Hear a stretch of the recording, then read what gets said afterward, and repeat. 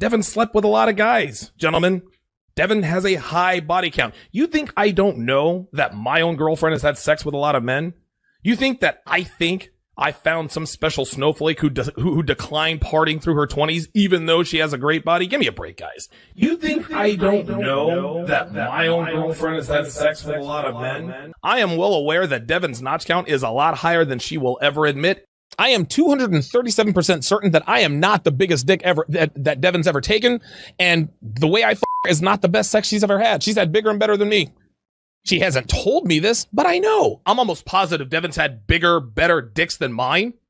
But if I ever found out what one of these guys looked like, if I ever found out that one of those guys had a 12-inch cock, you better believe I'm going to be insecure. You kidding me? I don't have a 12-inch dick. Devin's had bigger dicks than her. Now I got to see what that dick looks like. Of course it makes us insecure. That's another reason why men of value don't commit to women with high body counts.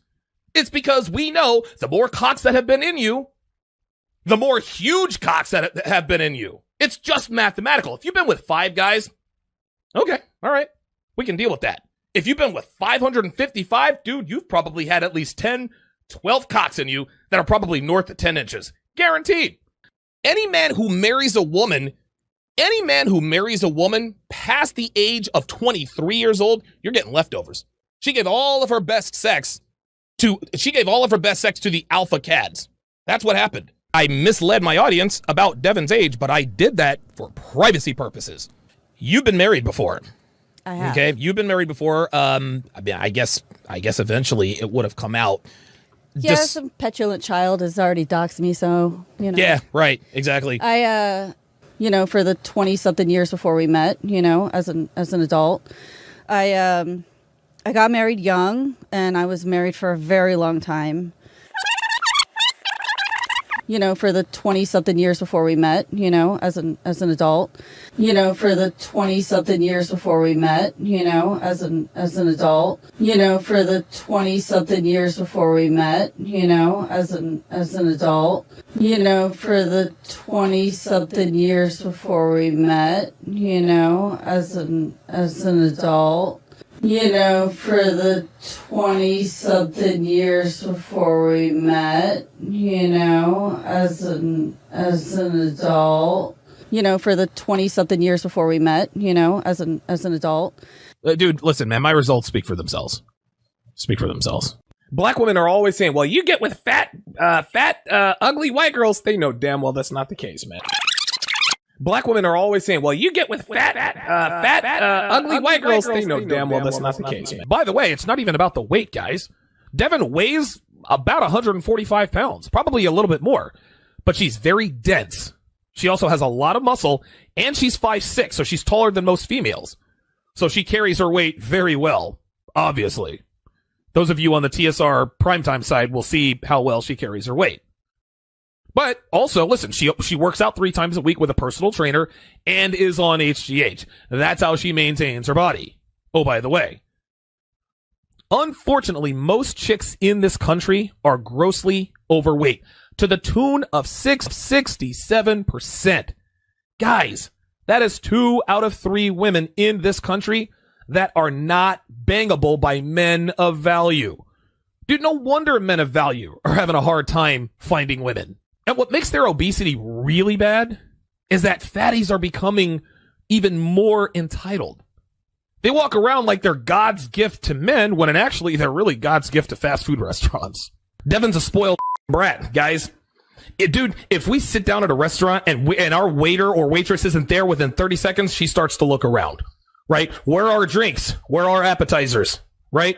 This is too cold. This is too hot. Devin, if you're listening, I love you, but you're a complainer, and you know it. I call Devin a food snob all the time.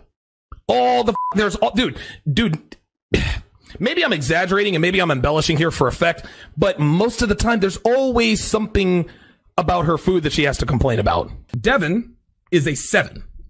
She's a 7. A lot of people think, oh my God, Devin's not a 9 or a 10. She's a 7.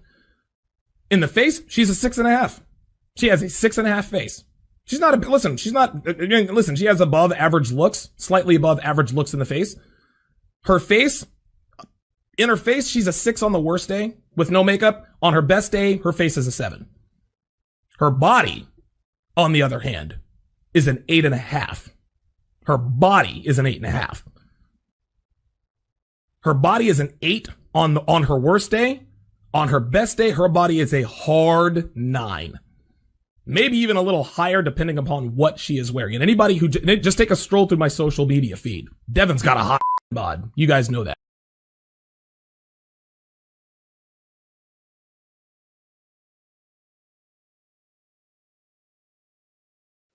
And what's up, fam? Howdy. Welcome to episode 162 of the Redman Group, sponsored today by our special greatest hits of Donovan Sharp, Conovan, as we know him, the Sharp father, roasting himself in a way that is really spectacular. I've never seen any podcaster on YouTube or the internet make fun of himself and expose himself and roast himself that aggressively and that infamously, we can say. Now, getting into today's show, it's going to be a great show we got for you here with the facts and frauds of the Manosphere. I got with me two guests today, including DDJ, returning panelist to the show. He helped me get part one of this little series going last weekend on Sunday, special interview. And I'm also going to be joined by John Anthony from John Anthony Lifestyles. He's been on the show many times before, and he's also an epic roaster, kind of like DDJ as well, on his channel. You can check it out, John Anthony Lifestyles, and DDJ is on Miss Andrew Today on YouTube, as well as Rumble, BitChute, Odyssey, and all that. John Anthony's been doing great lately on YouTube in particular. He's been kicking ass. He's got 90,000 subs, I think, closing in on 100,000. And that's probably like triple what he had a year ago or something like that. 30,000 or so to like now 90. So he's kicking ass. And hey, both of them are good friends of mine. Great panelists in the show. Welcome back to the show, Mr. DDJ and John Anthony Lifestyles. What's up, boys? Hey. What's going on? Did you guys enjoy the little intro I put together? That was awesome. Yeah, there was a lot of entertainment value there. Yeah. It reminded me of the greatest hits they used to advertise, like in the 90s on TV, you know? Like greatest hits, like volume 25 or whatever the fuck. There needs to be one of those for like every single creator because there's a lot of like I see different clips. And I'm like, oh man, I got to be saving these. Yeah. It's I have a friend and a colleague who puts these together. It takes real effort to hunt down these little, sound bites where they just make fun of themselves because these are like 3-hour fucking streams and, over years at a time. But if you're dedicated, you can really hunt them down. Well, it reminds me of those, the video memes that you put up there remind me of those outdoor shows like for hog hunting, Oh, yeah. Yeah, it's amazing. I think everybody you could probably find that for, but there's something about Conovan, the Sharp Mama, that is just so spectacular. There's like this element of hyperbole he uses, but then it's also real. Like he's actually stating real things about his life and his wife or whatever and all this crap. And he calls her very dense and fat and a food snob. And like talking about your girlfriend and your wife that way is it's really unusual too. Like you don't ever I've shown that to some girls, some wives and shit of my friends and the speakers, and they're the wives in particular, like their eyes go wide. They can't believe that this dude is talking about his wife this way. I love it though. Donovan's one of my favorite frauds. Like people think I hate him, and I kind of do because he's a fraud and a parasite, but I kind of love like what a loser he is because he's so he's like a lovable loser, like a Fat Albert kind of thing going on. Anyway, this episode I wanted to talk more specifically about the frauds. Like last episode, DDJ and I did about this. We covered more of like the history of the Manosphere and the different movements within it, and there's like the tribes and stuff. But we didn't talk too much about like specifics for this fraud and that fraud, naming names and going into details about why they're a fraud and what the real history of that is and what the lies they've told are and the different deceptions and shit like that. There's a lot to cover. There's no way to cover this even in one episode, even if it's 2 hours long or something. But I think we can get into the weeds of like what the top 10 are or something like that. So, John, I want to start with you. Who are kind of your top 3 frauds that you go after? And I know you go after some too that I'm not familiar with, or as much anyway, like Derek Moneyberg and those kind of pieces of shit, who are more like money scammers than like game scammers. But who are some of the top 3 that are the most, the biggest pieces of shit in your opinion in the Manosphere? RSD Tyler, I think, wins that award in the pickup world. Just in the general Manosphere, Rollo Tomasi. Oh, okay, yeah, well put. Your top 3. To pick that final third spot, Probably Fresh and Fit, I guess. Oh yeah, that's a good one. Yeah, we got the frauds in the hood right here. Pull them up good. Simps in the hood. Yeah, so talk to me about RSD Tyler. Owen Cook is his real name. I know him. I've known him too. I met him briefly many years ago, back in like 2010. He was really weird. Kind of weirded me out when we briefly met. But I've watched him too from the old days, and I used to like him too. Like I want to disclose that when he used to write his blogspot.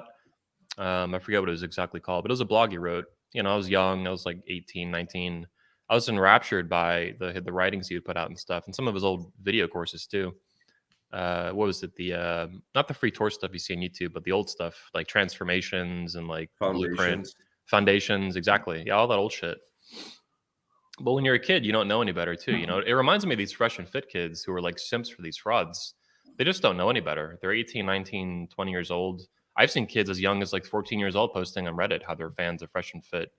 And like, I want to be like Fresh too. And it's like, yeah, the fat one. And I'm like, dude, like this is so fucked. It really puts things in perspective. The people I used to like when I was young, and like they're just fucking losers. Owen Cook is a really perfect example of that. Well, that just kind of really defines how isolated, how desperate, and how devoid a lot of these young men are of positive male role models or strong masculine role models. And so, you know, when you basically say, "Hey, I got an idea," you know, I really aspire to be Donovan Sharp's hemorrhoid. You know, that's a problem. So. Yeah. That's what they are too. Like I was talking to John Anthony last night, you know, just over text, and I've been thinking more about conceptually like why certain, and it's not just a manosphere, it goes way beyond that, right? But beyond the fraud father rollery, beyond Owen Cook, Jordan Peterson, for example, is someone who I don't think he's like he's not really a manosphere fraud, even though some of what he talks about would be like a manosphere kind of issue or topic set. But I think he's an intellectual fraud. And if you actually look at what he says, he openly admits this to a degree. He talks about how he struggles. His number one struggle, I'm serious, I have this on video and I'm going to do a larger video on it, is he struggles with just basically telling the truth. Which for a public intellectual whose entire job is to tell the truth about various issues with psychology and philosophy and whatever, that to me is like really alarming. That he's so brazen and struggles with that. And he's almost 60 years old, right? He's not like some 25-year-old hotshot trying to make it on YouTube or something. This guy is like he's a grandfather, literally. And he struggles with telling the truth. And his entire job is to tell the fucking truth. Whether he was a professor up in Canada or now a public intellectual, a philosopher, he's literally a clinical psychologist. Like that to me is alarming. And he says it just plain as day. And you could give him points almost for the honesty, but it's like honesty about being dishonest. So it's this fucking head trip. And then he has this huge gaggle of simps that suck up to him, these little hemorrhoids, exactly like the Fresh and Fit simps, exactly like the Rolla simps. These guys are like not just hoodwinked, they use these guys as like digital dads, like digital daddies, exactly like DDJ just said, that they lack father figures in their life and any kind of role model. Well, and because they lack any kind of belief system, you know, they use these people as secular saints. I mean, you really want to get some, wind up some people that are true have cult-like conditioning. Go after Tesla, go after Elon Musk and basically tell people how Tesla couldn't have made money without all the corporate welfare he received from the government. And you'll watch these guys come out of the woodwork and they will just come after you. I mean, the entertainment value is great because they can't process it. The cognitive dissonance won't allow them to do it. And you see this, like you said, you see this with Jordan Peterson. You see this with Rollo Tomasi. I've seen it in the MGTOW community, because, the idea here is that we're supposed to be able to have, open intellectual dialogue about things that matter to men. And while we may not always necessarily be right, or we may not be right in all situations, one of those things that we have to be really focused on is, intellectual integrity and intellectual honesty when it comes to the way we communicate, because we have this platform that we speak from. And if we're not doing that, then, we degenerate into shills, and we're basically setting men up for failure rather than for success. Yeah, so with RSD Tyler, I mean, you can go back to the book The Game.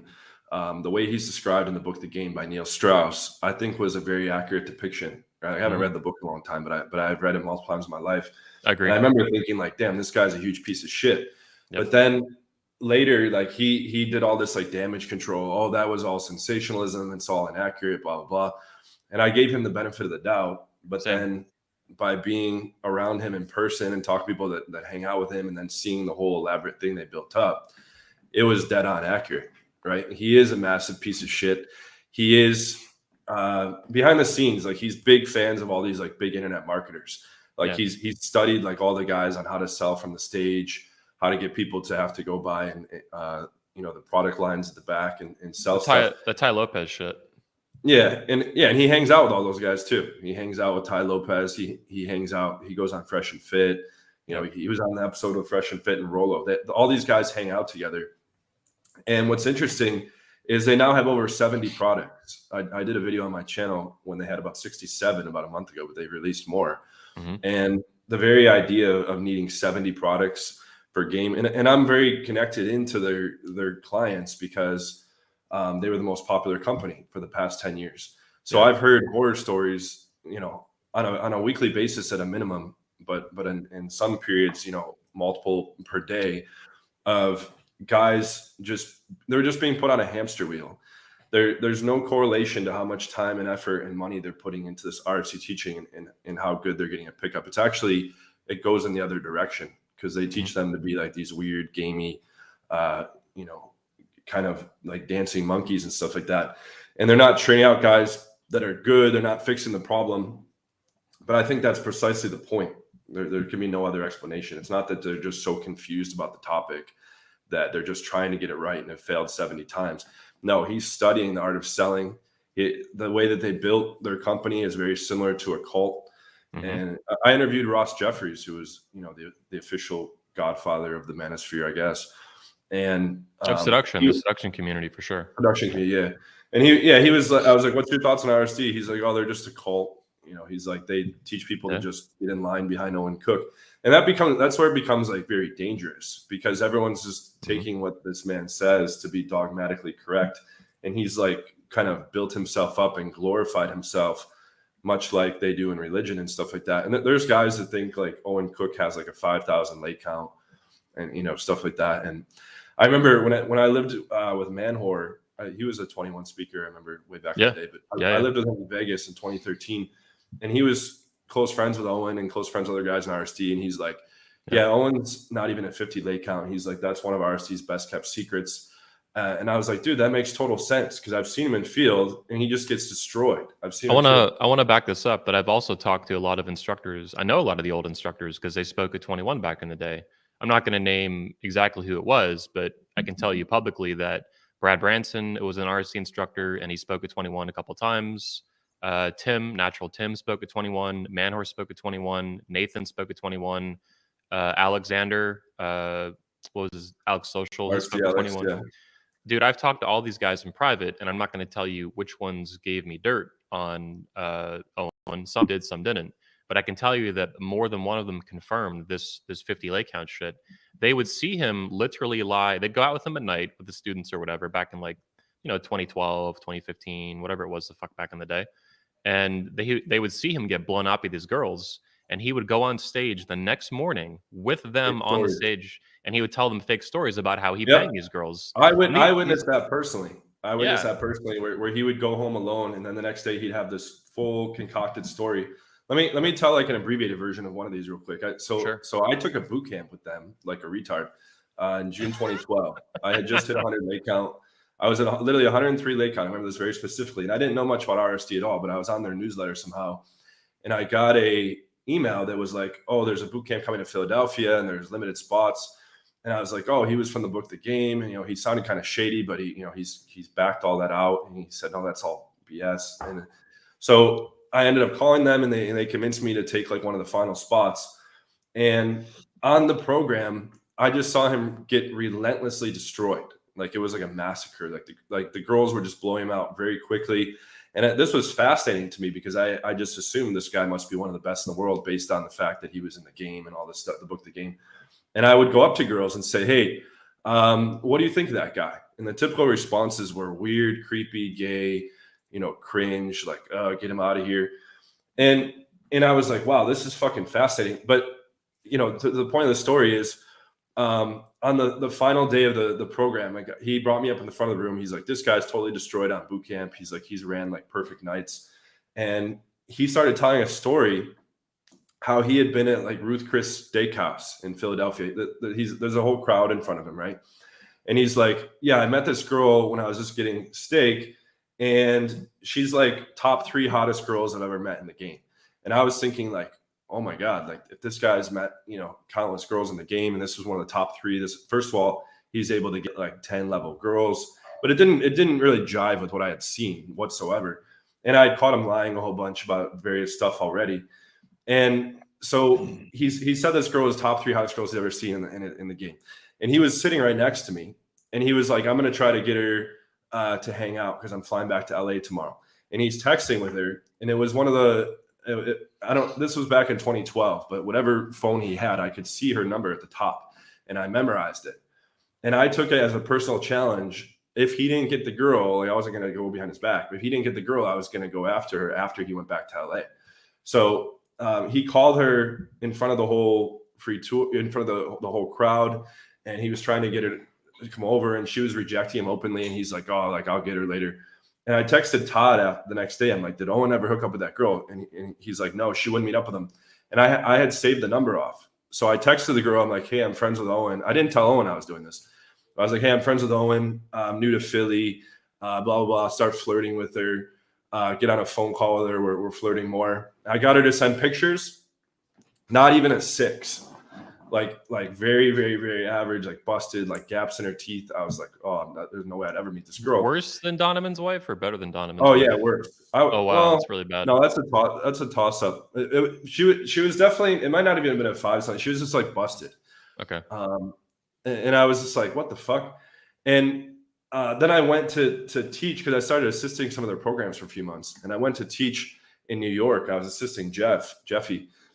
And he's like, hey, Owen told me how you got that number off his phone and blah, blah. And I'm like, yeah, well, I was just doing that as a challenge, and he already had flown back to LA. He's like, you better not point that shit here. I'm like, yeah, it's all good. And I went and approached Owen to apologize and like explain the situation. And he played dumb. And he's like, I have no idea what you're talking about. And I was like, wait, what? And he's like, I didn't know that you took the number. So he's like lying straight to my face. I'm like, Jeff just told me about it. But Manhor said that he had caught Owen in like over 100 lies, that he's just like a pathological liar. Yeah. That he's just constantly lying about everything. And then these full fabricated stories about like, oh, I did this and this and this, even though he went home alone. And he's been carrying that on for like 10, 15 years. Like what he reports, like the facade that he reports is literally that. He's just built up this massive facade for the cult to all like worship him as this like legendary game character. But the sad reality is he sucks at game. Girls are very repulsed by him. And by the way, he's just using internet marketing tactics to extract as much money as possible while pretending to be on these guys' side. So he's like, I see him as like one of the worst, probably the number one, because he's like a wolf in sheep's clothing. All these guys, and he was the most popular figure for the longest time in the community. Yeah. And he's still running boot camps. He's still running. They're rebranded now. That is something new. Yeah, they have a new company called Self Mastery Company or whatever. They deleted all the art. Powerful communication or some bullshit. Yeah, high status communication, and now they just put out a new one, high vibe communication. It's all woo-woo nonsense. Julian's doing transformation mastery. Jeffy's doing charisma mastery. They're going to a broader self-help audience because they already kind of put all the rest of that. Basically, what you're saying is that they're life coaches for men. And for those people who don't know, my particular attitude toward life coaches is that life coaches are usually failed divorced women with no job skills. And so they become these life coaches because they can't even meet the low bar of going and getting a psychology or a sociology degree to become a counselor, right? So they're basically like unlicensed counselors. And I think that the thing that's really sad about this whole scenario is that, as men, we go get jobs, we go to work, we sometimes lose track of our friends. And then, you see some of these guys who they're making decent money or whatever, and they want to go and they want to learn how to be more successful with women. And because they're somewhat socially isolated, they're vulnerable to these cult conditioning tactics, which is what you guys are talking about here. And And that's what ends up happening. And so you see this. And I mean, I used to see this like back in the day. I'm a little bit older than both you guys. I used to see this stuff with the multi-level marketing people, the like the pyramid scammers, like, Yep. And you would see this all the time. And they would use these whole fake relationships. They would create these relationships with their customers. And they were these one-sided sycophantic relationships. And that's how they would use the cult condition. Oh, you're great. You're this, you're whatever. And they love bomb just the way narcissistic women love bomb men, obviously minus the sexuality, I hope. And so, and it ends up being like this big, huge, cult conditioning specifically for profit, because the only thing they're trying to do is separate you from your money. And they've demonized results. That's another big thing I take issue with. Like my sole mission in helping guys this is to get them as complete of a solution as quickly as possible. And that's not necessarily like a good business model. I think it's good for reputation. Like we just put together a whole testimonial page I was showing you, Anthony, where there's like just endless, like hundreds and hundreds of testimonials. But very often after I train a guy, like in my 2-month mentorship, like he's like set, like he's crushing it. He doesn't need any more help. But Tyler is like, he's telling you just trust the process, and you have all these guys going for years with literally nothing to show for it. And they make out anyone that cares about getting the result that they want in game as being like a weirdo, right? It's basically like when religion is like blessed are the poor and the weak, and it's kind of like all backwards. They do the same thing here, where like they framed me out over the years as like this weird guy that cares about banging hot chicks, and you shouldn't be like that. That's unhealthy. You should just trust the process. So like when I call guys out, like, hey, I've been training with RSC for 3 years, I haven't gotten laid, but they say that I'm improving. I'm like, dude, that's a vacuous statement. You haven't achieved the results you want. If you went to a personal trainer and you made no progress in 3 years, you wouldn't accept this trust the process thing. But that flies in the self-help space because people think that they're like progressing on some level, even though they're not getting any kind of tangible results. And I almost, I would say like 80-90% of the clients I've gotten over the past 10 years are guys that went down the RSD road and failed. Yeah. And I like have come through in the wake of the wreckage.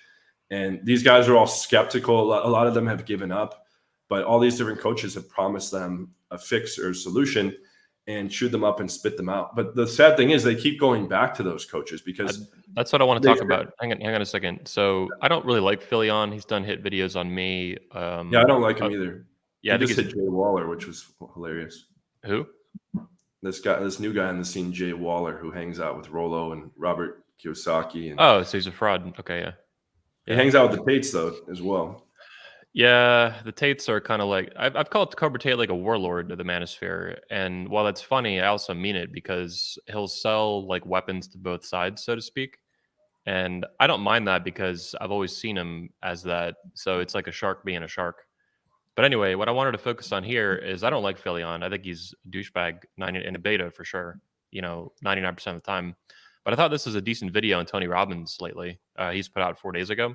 It's worth watching how Tony Robbins uses a lot of the tactics that we're talking about and has been doing so since the 80s, like a long Yeah, and Tyler copied him. Well, it's funny you mentioned that because Tony Robbins just interviewed with Tucker Carlson on Tucker Carlson Today. Okay. And he admits it. He admits it. He openly admits it. He basically says, look, he goes, I wanted to learn how to market self-help to people. And he said, so I learned neuro-linguistic programming. Mm-hmm. And that's the technique I use to sell people all this stuff. And that's how I made my name. I mean, if you listen to it, he's not basically saying he's a fraud or anything, but he's basically saying, look, I'm able to manipulate these people in the way that I want to sell the things that I want to sell. In fact, he's such a good influencer of people's behaviors and attitudes that's why he's got all these rich people contacting him and things like that. But I think that the issue that you have is that a lot of these people, they don't want to help men.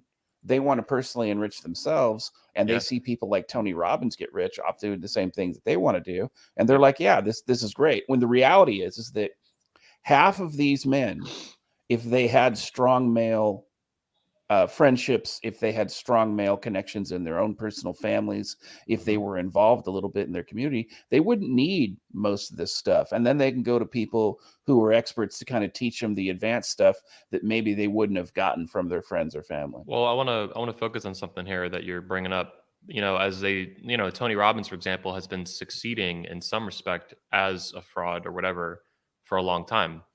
The issue that Philion brought up that I thought is pretty good is that, and we've seen this with Fresh and Fit, Spencer Cornelia called this out really well in a couple of his videos about fake and fraud, Fresh and Fit.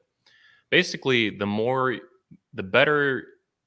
time that goes by and you succeed, even by incident or accident or whatever, is conning like the lowest of the low, the dregs of society, the dumbest motherfuckers, the room temperature IQs of the Manosphere, whatever, you gain a level of credibility from being a fraud. Kind of like a Bernie Madoff you would see outside of the Manosphere in the financial industry back in the 2000s. Yep. Even though he was a fraud the whole time, the more he succeeded at being a fraud, you gain a credibility from being a fraud that appears, it's the illusion of legitimacy. And it doesn't make you legitimate. It just means you're a legitimate fraud and you're good at being a fraud and a con man and a bullshitter. Jordan Peterson's the same thing. So it's like this vicious feedback loop that they build. And the only people it ropes in are the people ultimately that DDJ is talking about, which is a lot of society now because they're raised by single moms and all this crap. I think Fresh and Fit, Fake and Fraud in particular, have roped in a lot of young black men because young black men in America have a much higher percentage of single moms, which creates either, these broken, unhinged alphas that don't have a dad or mom's boys. That's what single moms raise every time. 99% of the time, the kid is unhinged alpha or a broken fucking mama's boy, like Donovan, which is why Donovan's still a fucked up con artist. One more thing that DDJ needs to harp on. John Anthony mentioned how these guys are pathological liars, and that reminded me of DDJ saying last week on the show that liars always lie. And I love that saying because you're right. They lie 99% of the time, and they're all compulsive, pathological about it. Anyway, I'll shut up. Well, no problem. And I was going to say too, as far as the African American community is concerned, the real tragedy is that the super high levels of insecurity and the fact that they don't have any real conflict resolution skills, and that isn't a racial thing. That's a nurtured thing. That's because they don't have any positive male role models, so they resort to violence a lot faster. But more importantly, when you look at the homosexual community, the largest demographic in the homosexual community are black men. So that tells you a lot of what you need to know about the insecurity and how comfortable they are around women and kind of how comfortable they are in their skills in navigating those romantic relationships. I just think it's amazing that Donovan is also so many of these. Yeah, he's a huge racist, but he's not racist against white people. He's racist against black people. That's what's interesting. He's like white liberals who hate white people. Donovan is like this black liberal who hates other black people. And he openly, not only black women, but other black men, he fights with the black manosphere all the fucking time because they know that he hates black people, especially black women, but I think black men as well. He's this giant, like, racist retard. Well, there's a lot of positive voices in the black manosphere, and they're basically telling people to be self-reliant, and they're giving strength to their audience, and that offends Donovan because again, he can't practice cult conditioning with people telling him to go fuck himself. Yeah, exactly. Now, another thing I wanted to mention from the Philion stuff, though, again, I think it's a decent video. Philion's a douchebag for sure, but that doesn't mean broken clock's right twice a day or whatever, right? So look, what his video got me thinking about. There's a bunch of cognitive fallacies that these sims fall for, right? One of them would be like sunk cost fallacy, which is kind of like a gambler's thing. You dump in all this money, right? And you just keep going and going and going. This is how they get gamblers. They get these people hooked on this shit. And if you dump 400 hours listening, like I did, maybe not 400, but listening to RSD Tyler back in the day and Foundations and all these programs, or you sit there for 5 hours at a time listening to the Fraud Father now currently talk about hypergamy, every fucking day for 5 hours at a time. This is conditioning, number one, to condition your brain to, continue believing this shit. But also you're really investing a tangible amount of time, a huge amount of time, hundreds of hours listening to these retards talk about this shit. And then money on top of that. It might just be $5 a month on Patreon, but over months and years, this racks up to be a meaningful amount of money. There's like a correlation to like the insulation you're building around yourself from a cognitive dissonance perspective. Yeah. Because when anyone challenges this guy, first of all, it's like not even a consideration to admit that everything you've been following is wrong, right? Yeah. And then me and you challenge their investment, their tangible investment of time and money, and that's what makes them. It's even worse now. They don't want to admit they're wrong in the first place. They're also conditioned that when anyone doubts them, to like Rollo has conditioned everyone. Anyone that doubts me is a blue pill beta simp, no one wants to be a blue pill beta simp. So or purple don't pill Rolo. too. Purple pill. Yeah, Yeah, and he's clever they all do about that. gatekeeping. You know, purple pill, blue pill, whatever. They have he's been doing that for years. He cuts them out of his little circle of influence, his religion, basically, that he's built. Well, and that just so we're clear, let's be honest. That is absolute blue pill cult behavior, because the reality is that if you're a Manosphere voice, like, you know, I consider myself a Manosphere voice. I want the men that listen to me or follow my content, I want them to be resilient. I want them to be self-sufficient. I want them to be, you know, strong psychologically and emotionally. And that means that if someone disagrees with me and they disagree with me on the issue, let's have a conversation about it. But if all you're doing is concern trolling, or you're sitting here and you're basically just being disparaging with ad hom and character assassination attacks and nothing else, right? Now I know you're full of shit. Now I know that basically you have some kind of ulterior motive to the disagreement. Yeah, and I think that fundamentally, no one should be afraid to defend their positions publicly. Absolutely. And the reality is, and you know, it's kind of funny, you know, John, you made this comment about how, you know, maybe it's not a really good business model, but I teach these guys to do whatever, and then they go off and they don't come back. Well, the reality is that, you know, in the practice of law, I work in the legal field. In the practice of law, I tell people, you know, we want to get you to a point where we don't have to talk again, because nobody wants to be and that's when you know someone's on your side. Like, I had a personal trainer once that said that he's like, if I don't get you to your goals and like we're not making steady progress, then I've failed my job, and you know that I've failed as a coach. And I was like, yeah, that's what I tell my clients too. Like, that's how everyone should fucking talk. Right. But there's people in every one of these little tribes, including the MGTOW community, who basically tell their listeners, look, you got to come back next week, because if you don't, you know, you're not going to get your dose of red pill, and then you're going to slide back to the blue pill, whatever. Right. When the reality is that whether you consider yourself PUA or just general red pill or MGTOW or whatever, that should only be a single aspect of your personal identity. If you frame your whole identity around being a PUA, unless you're a professional coach or something like that, or you frame your whole identity around being MGTOW, or you frame your whole identity around, being a Rolo follower, you've missed the boat, and you're not an independent thinker. You're an NPC. You're a Manosphere NPC. And this is why I talk about the red pill blind spot, is that you have to basically trust but verify, but you have to trust but verify within the Manosphere, as well as the general community in which you inhabit, in which we all inhabit. And that's why I also go out of my way time and time again to say, look, don't socially isolate. Don't sit at home and, and if you live in your mom's basement, move out. Make sure you have a job, make sure you've got social connections, make sure that you have, people you can talk to and places you can go, because those things naturally inoculate you from this cult-like conditioning bullshit that happens across the Manosphere. And the more that we can help men, the better everything is going to be, whether, no matter what walk of life we work with. Yeah, I'm just showing this meme here. I thought was pretty great. These little pigs or whatever falling off the cliff. Rational male saves lives. Perfect. Facts, bro. Facts. Yeah, so I wanted to talk a little bit more about the Philion video. One more point he made in it that was really good, and it got me thinking about it.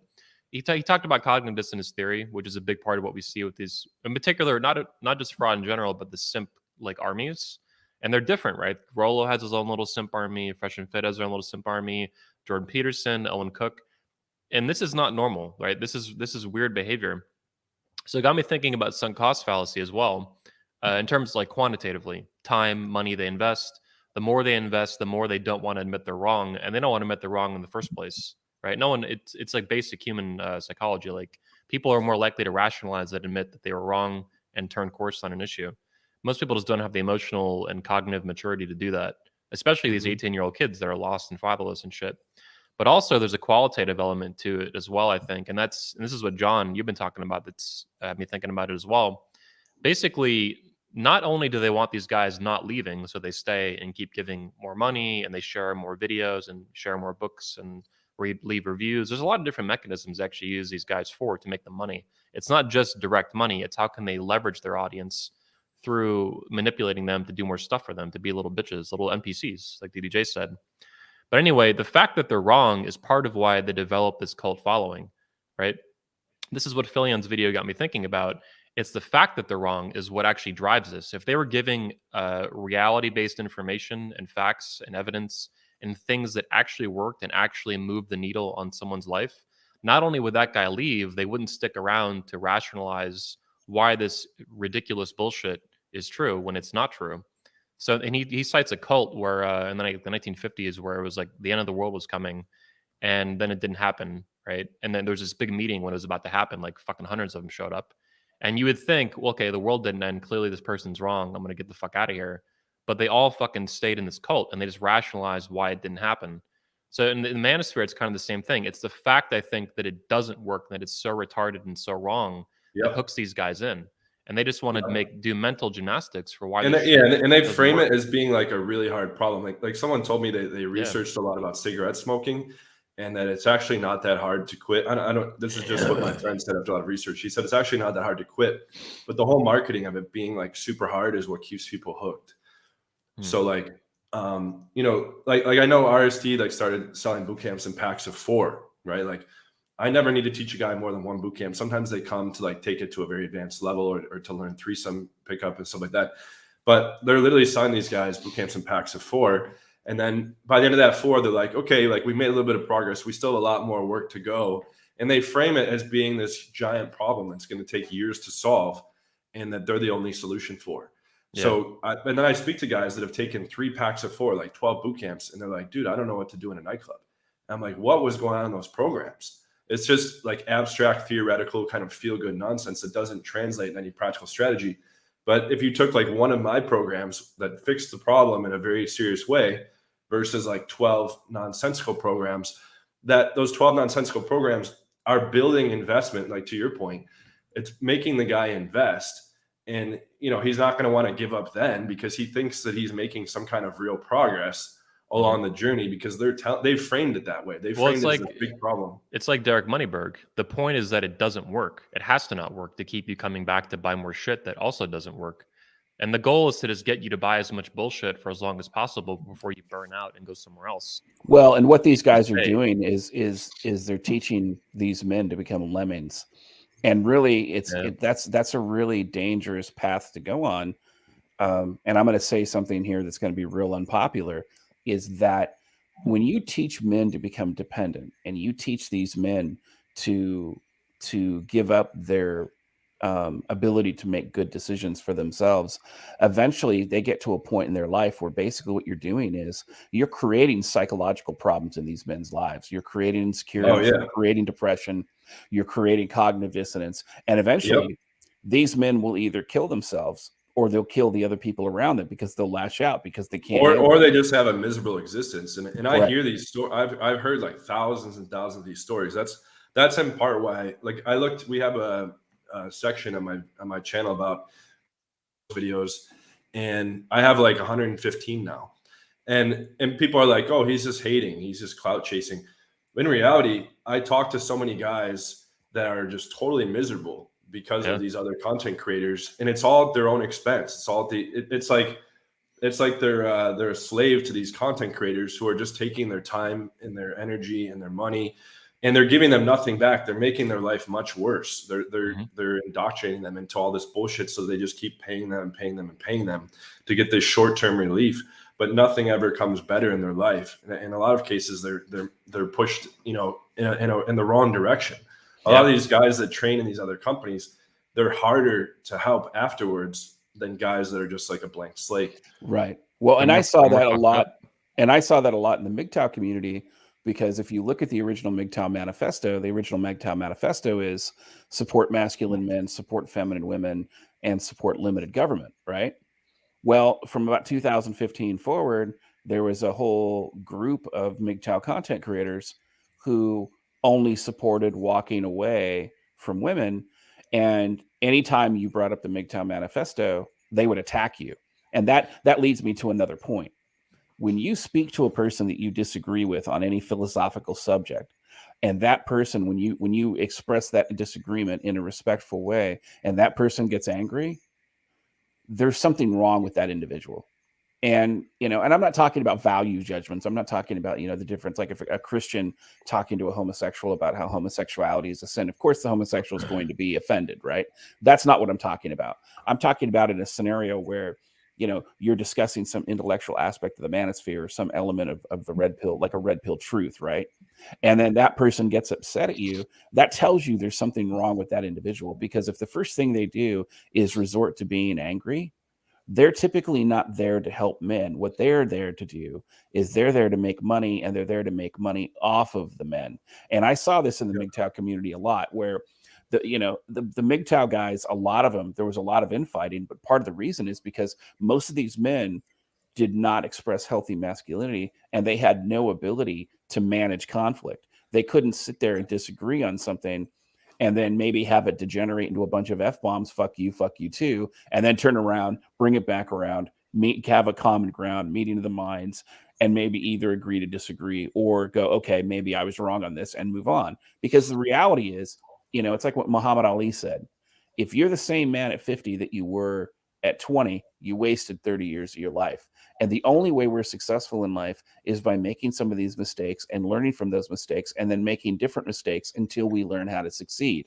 And that's the problem that you have in, you know, like in Rollo Tomasi's community, for example, where he does the life coaching, and a lot of these guys who do this type of life coaching who run in that crowd. But it's the same problem that happens in the MGTOW community. You mean unlicensed counseling? It's probably illegal. It is. It's absolutely illegal. And there's a reason that there are laws against it. It's because unlicensed counseling harms more men than helps them, right? And the other side of it is that you're not talking about the higher intellectual elements of the manosphere. Like if you look at the manosphere back in 2008, 2010, 2012, there were a lot of guys who spoke out, who were highly intellectual, and maybe they were, you know, crass in their delivery, but they thought about this stuff, they considered it, and they understood it. Whereas today, most of the people who speak out a lot about the stuff about the manosphere, they're talking about 101 level stuff, like you said, oh, my hypergamy, you know, Yeah. or you know, these women are thoughts, or NAWALT and all that. Like these are super basic concepts, and frankly, if your content is doing the same thing today that it's doing back then maybe, you know, you don't have the comprehension that you think you do. And that's really the big challenge here, is that, again, it's about managing the conflict and learning something new. And Well, they have no comprehension of anything tangible. It's all bullshit stacked on top of bullshit, stacked on top of bullshit, stacked on top of plagiarism. I mean, it's like 10 levels of deception, fraud, plagiarism, theft, and just rampant keyboard jockeying, theory jockeying. Rollo in particular is even worse than Owen Cook. At least Owen Cook would go out and get blown out by women. Rollo hasn't had a same LA in 30 fucking years. Like this shit is beyond. And it's insane. He talks to 18-year-old kids about trying to get spinning plates. Like, you haven't spun plates since Bill Clinton was getting blowjobs, man. Or I mean, in the White House. Anyway. Well, Like, I mean, to be a devil's advocate here, right? To take an opposite position, we don't know if he's like, you know, undercover in the gay community, and maybe that's what he's talking about. We just don't know. I've heard he's getting divorced and he's cheating on his wife or something, but I don't. Maybe he's in the closet. I don't know. Nothing would surprise me with this guy. I mean, he's so sick and so twisted in the head. You know, there's someone we're missing though that I think we need to focus on, and he's one of the, in my opinion, he's maybe not the biggest fraud. There's much Owen Cook, the fraud father, Fresh and Fit, the Shart father. There's a lot of frauds, but I think probably the most extreme fraud is the child stalker, Jonathan Pigwood. This guy has confessed and tried to take ownership for stalking children in public and taking pictures of little kids. This shit gets really sick. It gets worse. I mean, we have a whole bunch of these. Let's see if we can get into them. So there's all kinds of photos if you go on his Instagram, maybe like a year and a half ago, 2 years ago. And he was just constantly stalking children in public places, schools, in the public, walking around. He would say there's videos where he says these kids are so cute. They're so cute. It's really weird stuff. And there's a lot of it. And he's even tried making excuses for it. Like, oh, that was in a school. Like, this is him here. He's always taking these little creepy pictures of kids. He doesn't know these children. He does it in Disneyland or something in Tokyo. He does it in subways. This one here. Look at this fucking photo. Like, why are you taking a picture of a 3-year-old kid in public that you don't know, and this is without obviously the knowledge of the parents. I'm There's posting no it. and then posting it and then talking about it and trying to make excuses for it. And this is someone that is army of cute kids. I mean, this is borderline. This looks like pedo stuff in slow motion. Like I don't know if he's actually molested any children yet, but this looks like it's on a very clear path to pedophilia and child molestation. And this guy is propped up by the Fraud Father, by Fresh and Fit, by Conovan, by Richard Cooper, by even John Samez. I mean, this shit is the sickest shit I have ever seen in the Manosphere. It's a step above and beyond significantly than any of the commercial fraud and the cult behavior and stuff like that, which is really bad. I mean, I don't want to downplay that stuff. It's that this involves a bunch of kids now, and this is supposed to be a dating coach. Are you fucking kidding me? Like you're like a pedo coach.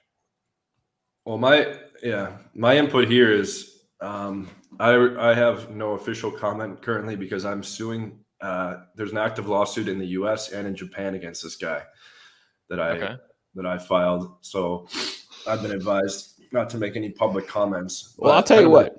I'll make some public comments about it. All right. Because she is so cute. What the fuck is going on here? Right. So here's the thing. There are a lot of guys in the Manosphere who are promoting, and I see this in some of the like what passes for the MGTOW community as well, where people are saying things that just make no sense or they're completely degenerate. And so, for instance, like, you know, there was a content creator who I won't currently name, who I used to associate with, who used to promote trannies in his Discord and homosexuals in his Discord. And that's your lifestyle, that's fine. But what these guys were doing is these homosexuals and trannies, they were going to the Discord and they were preying on MGTOW men. And then they were posting child porn in the Discord. And when these things were called out, obviously I was the bad guy for saying, hey, maybe this is wrong, right? And so you have these people and they're getting together and they're forming these groups and these communities, and they're forming these online communities specifically to promote this child abuse. And what people don't understand is that, you know, while we kind of say, okay, this is an innuendo issue, the concern is that if there's a huge pandemic right now of people who are isolated, who are sharing child porn and things like that, and you have these people who are doing this specifically to use as grooming tools for children. So they're basically they're child abuser wannabes. And this is kind of like the gateway to do that. And, you know, when they post these pictures, even though they seem innocuous, these are grooming techniques, but it's also they're dog whistles for other child abusers and pedophiles to say, look, I'm a safe person. You can talk about this degenerate shit with me. And that's really a huge issue, because there's a lot, like I said, there's a lot of guys out there that are isolated and they do these different things. And then you have content creators that are selling sex toys. You have content creators that are promoting organizations that promote pedophilia and pedophilia support groups and things like that. And it's a very slippery slope, and it happens very, very quickly. And then all of a sudden, you know, everybody's like, well, we need a virtue signal on behalf of child grooming, child sex grooming, when really all those people just need to go out and be put out in a field, and their family line needs to be just ended right there, because there's no other solution. This is grooming behavior, is it not? I mean, well, it looks like it's stalking, at least. It's grooming behavior in that what he's doing is he's sending coded messages to other child abusers. Okay. So he's not actually grooming the kid per se, but what he could do is he could theoretically use these pictures and go, oh yeah, I take pictures of kids all the time. It's okay. Right. And use it. I mean, it's like that old school, like the sex predator that's, oh, I'm a photographer. And he tries to get close to the chick as a photographer when really he just wants to force himself on her. It's the same sort of thing, just with child abuse and pedophilia. I mean, that is what I see here too, man. And this is it's so sick, because I don't know. I mean, number one, it's a sick objectively and I think universally, but I don't know of a single other Manosphere fraud who takes it to the level of stalking children in public. Well, and that's why it's so, and no one calls it out. They all support him. It's sick. Well, and let me kind of take it a step further. Okay. I'm not just saying this because this is my personal opinion. I'm saying this as a family law professional who has worked on a lot of these high conflict cases to get children of abuse out of these kinds of situations. So I've Yeah. seen this stuff on the front line, and I've watched people turn the other way and go, oh, we're going to go ahead and give them the benefit of the doubt. It's like, that's fine. But, unless your bullet is named the benefit of the doubt, I wouldn't give it to him. That's the point. And this is a huge issue. And it's a huge issue that's going across the country. And that's why you see like these teachers are involved now. And it's become a massive pandemic. And you got these people in the Manosphere promoting this stuff. And they're also trying to create these groups of fellow pedophiles so they can go do whatever it is they do together. It's a cancer. And it's horrible. Yeah, it's cancer. It's Manosphere cancer in this case is the best way to put it. Yeah, Yeah. I'm glad John's suing him and stuff. Good for you, man. God Yeah, bless. basically the quick summary there of what happened is he bought one of my products using his own email address. Okay, and then a few weeks later, he released a product taking tons of novel stuff that I had innovated in that product. It wasn't too hard to put 2 and 2 together. I called him out publicly, and then I went and did some research about his other products, and he had just taken products from other people, including Player Supreme, who was a dead guy that he called the N-word, even though he was dead, and a whole bunch of other cases. And I outlined all that. And in revenge, he went and slandered me across 3 extremely long videos, just full fabricating endless amounts of stuff to try to discredit my skills, discredit my coaching abilities, discredit all the proof I have, just pulling stuff out of his ass. And I sent him a cease and desist. He ignored that. I sent him a letter of intent to sue. He ignored that. He put those up in videos and said, look, he's not going to do shit. And then I sued him and his business in Florida. He's living in Tokyo, and he got served personally in Tokyo. There's a Japanese lawsuit too for a defamation case. And I could go on and on about this guy. Yeah, his mom is one of my neighbors here in Florida. She lives like 10 minutes up the road, His mom that he talks about how hot she is and how beautiful she is. It's sick, man. There's a whole blog post you can hunt down on his blog where he talks about how hot his mom is. He still does it publicly to some degree on his videos, I think. It's really, really weird behavior. I think he was like molested as a kid or something. Yeah, that's what it sounds like. I mean, because here's the issue: if you've got an Oedipus complex like that against your mom, and you're taking photos of little children, maybe you've got issues. It's like that. I don't know if you remember that YouTuber that went trans. They call him Chris Chan, and I don't know. Chris Chan was a real popular internet person, and he was one of these guys. He did video game speed running, and he live streamed video gaming, and it came out in his Discord and elsewhere that he was banging his 73-year-old mom with dementia. Oh my God. And he was bragging about like how she was into it and how he was into it and how she totally, it was really, this guy's like 40 years old. Okay. His mom's in her 70s. She's got dementia. Well, they eventually said, you know what? We're going to arrest this guy. The cops came to his house. They threw the cuffs on him. He's being criminally charged right now. I forget if it's North or South Carolina, but that's kind of the end result of this is that you see the deterioration, and the guy is complete cancer. He's complete cancer. In fact, apparently he went into court at one point and he was like, I'm famous on YouTube. You can't throw me in jail. he basically tried to tranny out Alpha, the judge. It didn't work so well for him. I think that at some point, Jonathan Pigwood, Peter Wood, he will be charged, arrested for pedophilia or fucking his mom or something. Like something's going to happen. Something's going to happen. Well, yeah, we're going to be going after him for criminal charges as well. I can't get into the details, but there's potential laws he broke as well. Yeah, it's so bad. I tried to get my fans too. I think on a lesser scale, obviously it's not pedophilia, but I think Donovan Conovan.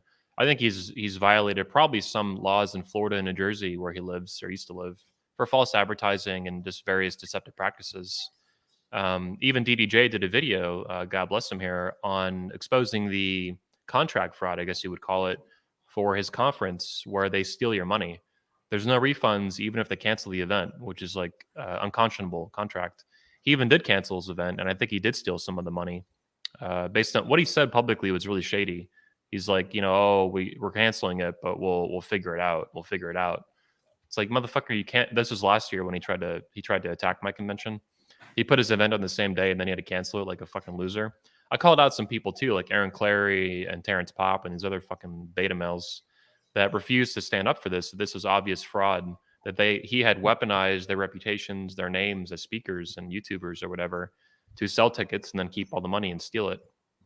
And just I think he gives people basically ebooks, right? DDJ in his contract or something, other products and services. It's like, that's not a refund, dude. I don't want $1,300 in fucking ebooks about Womanese volume 57. Like, this and more importantly, I don't want a $1.50 ebook that you say is worth $375, right? Yeah, it's fraud. It's really aggressive fraud, and no one stands up against it. And when you do, there's a negativity bias too, because these people with negative emotions are more likely to speak up. But when you call it out, these little simps come after you, and it's like, dude, this is like, I'm doing a great service, and you're just giving me hell for it. I don't really, at the end of the day, it doesn't really matter. It's actually kind of fun. I feed off of this negative energy from these little fucking losers. It's part of why I do it. It's like a lot of fun. It's really satisfying. Like it's like a steak, like a fucking, like a grilled steak, just bite into that shit. Well, and if you really want to see what the long-term impacts of a lot of these types of manosphere frauds, if you really want to see the damage of the long-term impacts of these, you don't have to look any further than the men's rights movement, because the men's rights movement has been dealing with this for 20 or 30 years, where, they've got these frauds in the community, or these people who they're hiding in the community and they're predators. And then they violate the law, both civilly and criminally, and they prey upon the other people in those communities. And so we see that a lot. I've seen it a lot in the 25 to 28 years. Is this, you gave me some links. Is this an example of that? So this is an example of that. The lady's name is Dr. Tori Evans Barton. And I think she's got a degree in like a doctorate in philosophy. And she created this thing called the Fatherless Foundation. Now, what she does is she markets this idea that she's going to help these people get an attorney and get their kids back. They pay her some money. She acts as a middleman, goes and finds the attorney, and then supposedly helps them. Now, she has helped some people. There are some actual legitimate testimonials, but as many people as she helped, from what I understand, she's also harmed people. She's taken the money and run. Like, I have a personal friend of mine that she borrowed thousands of dollars from and never paid it back. I know an attorney she borrowed a bunch of money from. She never paid it back. I know people where they've given her donations and she's ran with the money. She switched there was a criminal charge against her at one point for fraud. And I think it was in Georgia. Better Business Bureau said she settled 4 complaints in the last 3 years, for example. And she keeps trying to rebrand herself. And that's the thing. She's only one example of many. There's other people, like there's a guy named Greg Parsons, who's a veteran who lost custody of his kids. And so he's selling these legal documents to help veterans avoid paying child support off of their disability. But in one case, I know particularly, he actually told a veteran to forge his ex-wife's name on these documents so that he wouldn't have to pay child support to get it garnished out of his disability check from the military. And by the way, like I said, if Greg Parsons is listening to this, I encourage you to attempt to sue me on that for defamation, because I can prove it. So you need to understand, like, I'm not saying this shit lightly. He knows who I am. My name is Bob Lewis. He knows who I am. He knows the client I'm talking about. So this is my personal experience with him. And when this was called out, because it's a felony, and more importantly, when you forge a federal document with the United States military, that's a federal felony. Okay. These are serious issues. You're destroying lives. You're setting people up for failure. Are you talking about perjury or what? Well, it's forgery. When you sign somebody else's signature on a federal document during the federal government, right? It's a federal forgery. And so the problem that you have with this, again, is that they're taking advantage of these guys who are isolated and desperate, and these non-custodial parents. And I mean, there are some non-custodial female parents out there too, but this is mostly an issue that impacts men, and then you've got these other people like Gordon Rose, for example, who he's going after anybody who tries to help somebody in the men's rights community. He goes after him and he calls him a fraud and he attacks him and he does these expose videos. And it turns out that he lost custody of his kids because he was violent. And then he turned out that he got so upset at the judge, he started stalking the judge's children in an effort to harass the judge. And he was charged criminally and convicted in the state of Arizona for this sort of thing. So these are the kind of predators we're talking about. But even on a lower level, there are a lot of predators who, in that MRA father's rights, equal shared parenting community, there are a lot of people out there who, they're guilty of domestic violence. They're guilty of child abuse. They're guilty of the things that they've been accused of. And they're hiding in these communities, and they're hoping that by hiding in these communities, they can rehabilitate their character and fly under the radar. And so that's the issue. And a lot of these fathers' rights organizations, they're embezzling the money that they're receiving. I know there's one organization right now, for example, they held a big conference. I want to say it was last year or the year before. And it turned out people were donating to them for like travel expenses and things like that. And they wouldn't even give it to the organization to have the organization disperse it. They just put the money in their pocket and they spent it however they were going to spend it. So those types of things are huge issues that have to be addressed. And the problem is that there are so many people out there who need help, whether these guys need help in their dating life, and so somebody like John Anthony can help them, or whether they're isolated and they don't have any strong male role models, so 21 can help them, or guys that are going through the divorce family law system, or they've been destroyed by the family courts. Somebody like me who's a legal professional can help them. And just so we're clear, I'm not a life coach, right? And I'm not going to be giving legal advice. I'll give my personal opinion. But yeah, you're not an attorney, you're paralegal. Correct. And I only work with attorneys. So I don't touch these cases unless I have an attorney working with me, because I'm within the four corners of the law, because I'm not an attorney. And there are things that an attorney can tell you that I cannot tell you. And it's not because, of anything other than, they're trained. There's a reason they go to school for 7 years and get a Juris Doctorate degree. There's a reason a psychologist goes to school for 6 to 8 years before they become a psychologist or a counselor or things like that.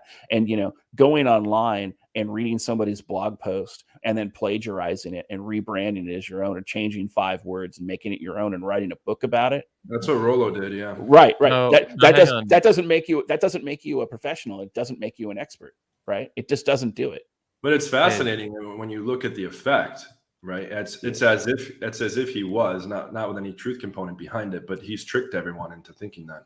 Well, and it reminds me. So, like in my own divorce case, the parenting investigator had no experience with children of child abuse. So my kids were abused, and they were in the home with their mom for 5 years, and they were abused 5 and 6 days a week.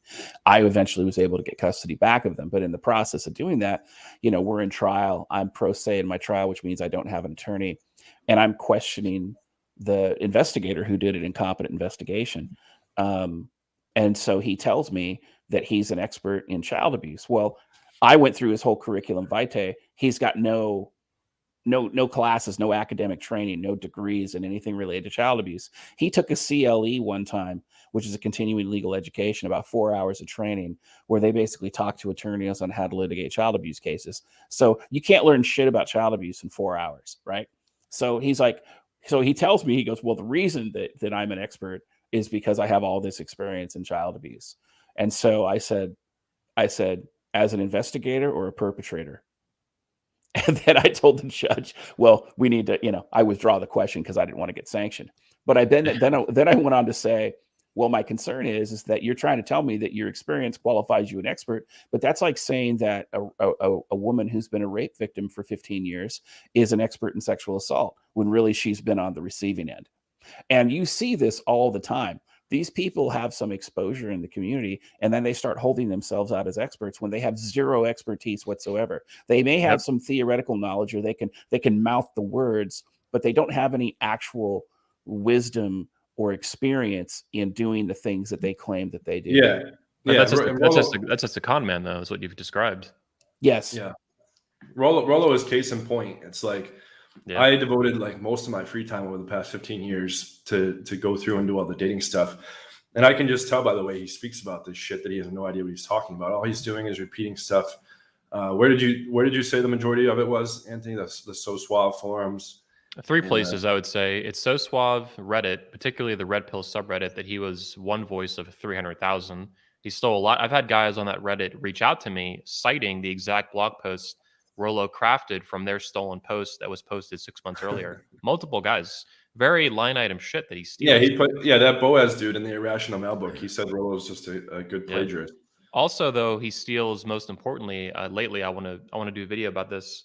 He steals from the philosopher and novelist who died in 1982, but he steals from Ayn Rand. a famous philosopher. She wrote a bunch of books, Atlas Atlas Shrugged. Shrugged, The Fountainhead, all kinds of nonfiction books. Particularly, well, he steals from the philosophy heavily. I've realized much more so than the average guy, even who's looking at his fraud and plagiarism, realizes. So it's not just So Suave. It's not just some random pickup artist form. It's not some random blog like Rouge he stole from or whatever, right? Box Day maybe. No, it's not just Reddit.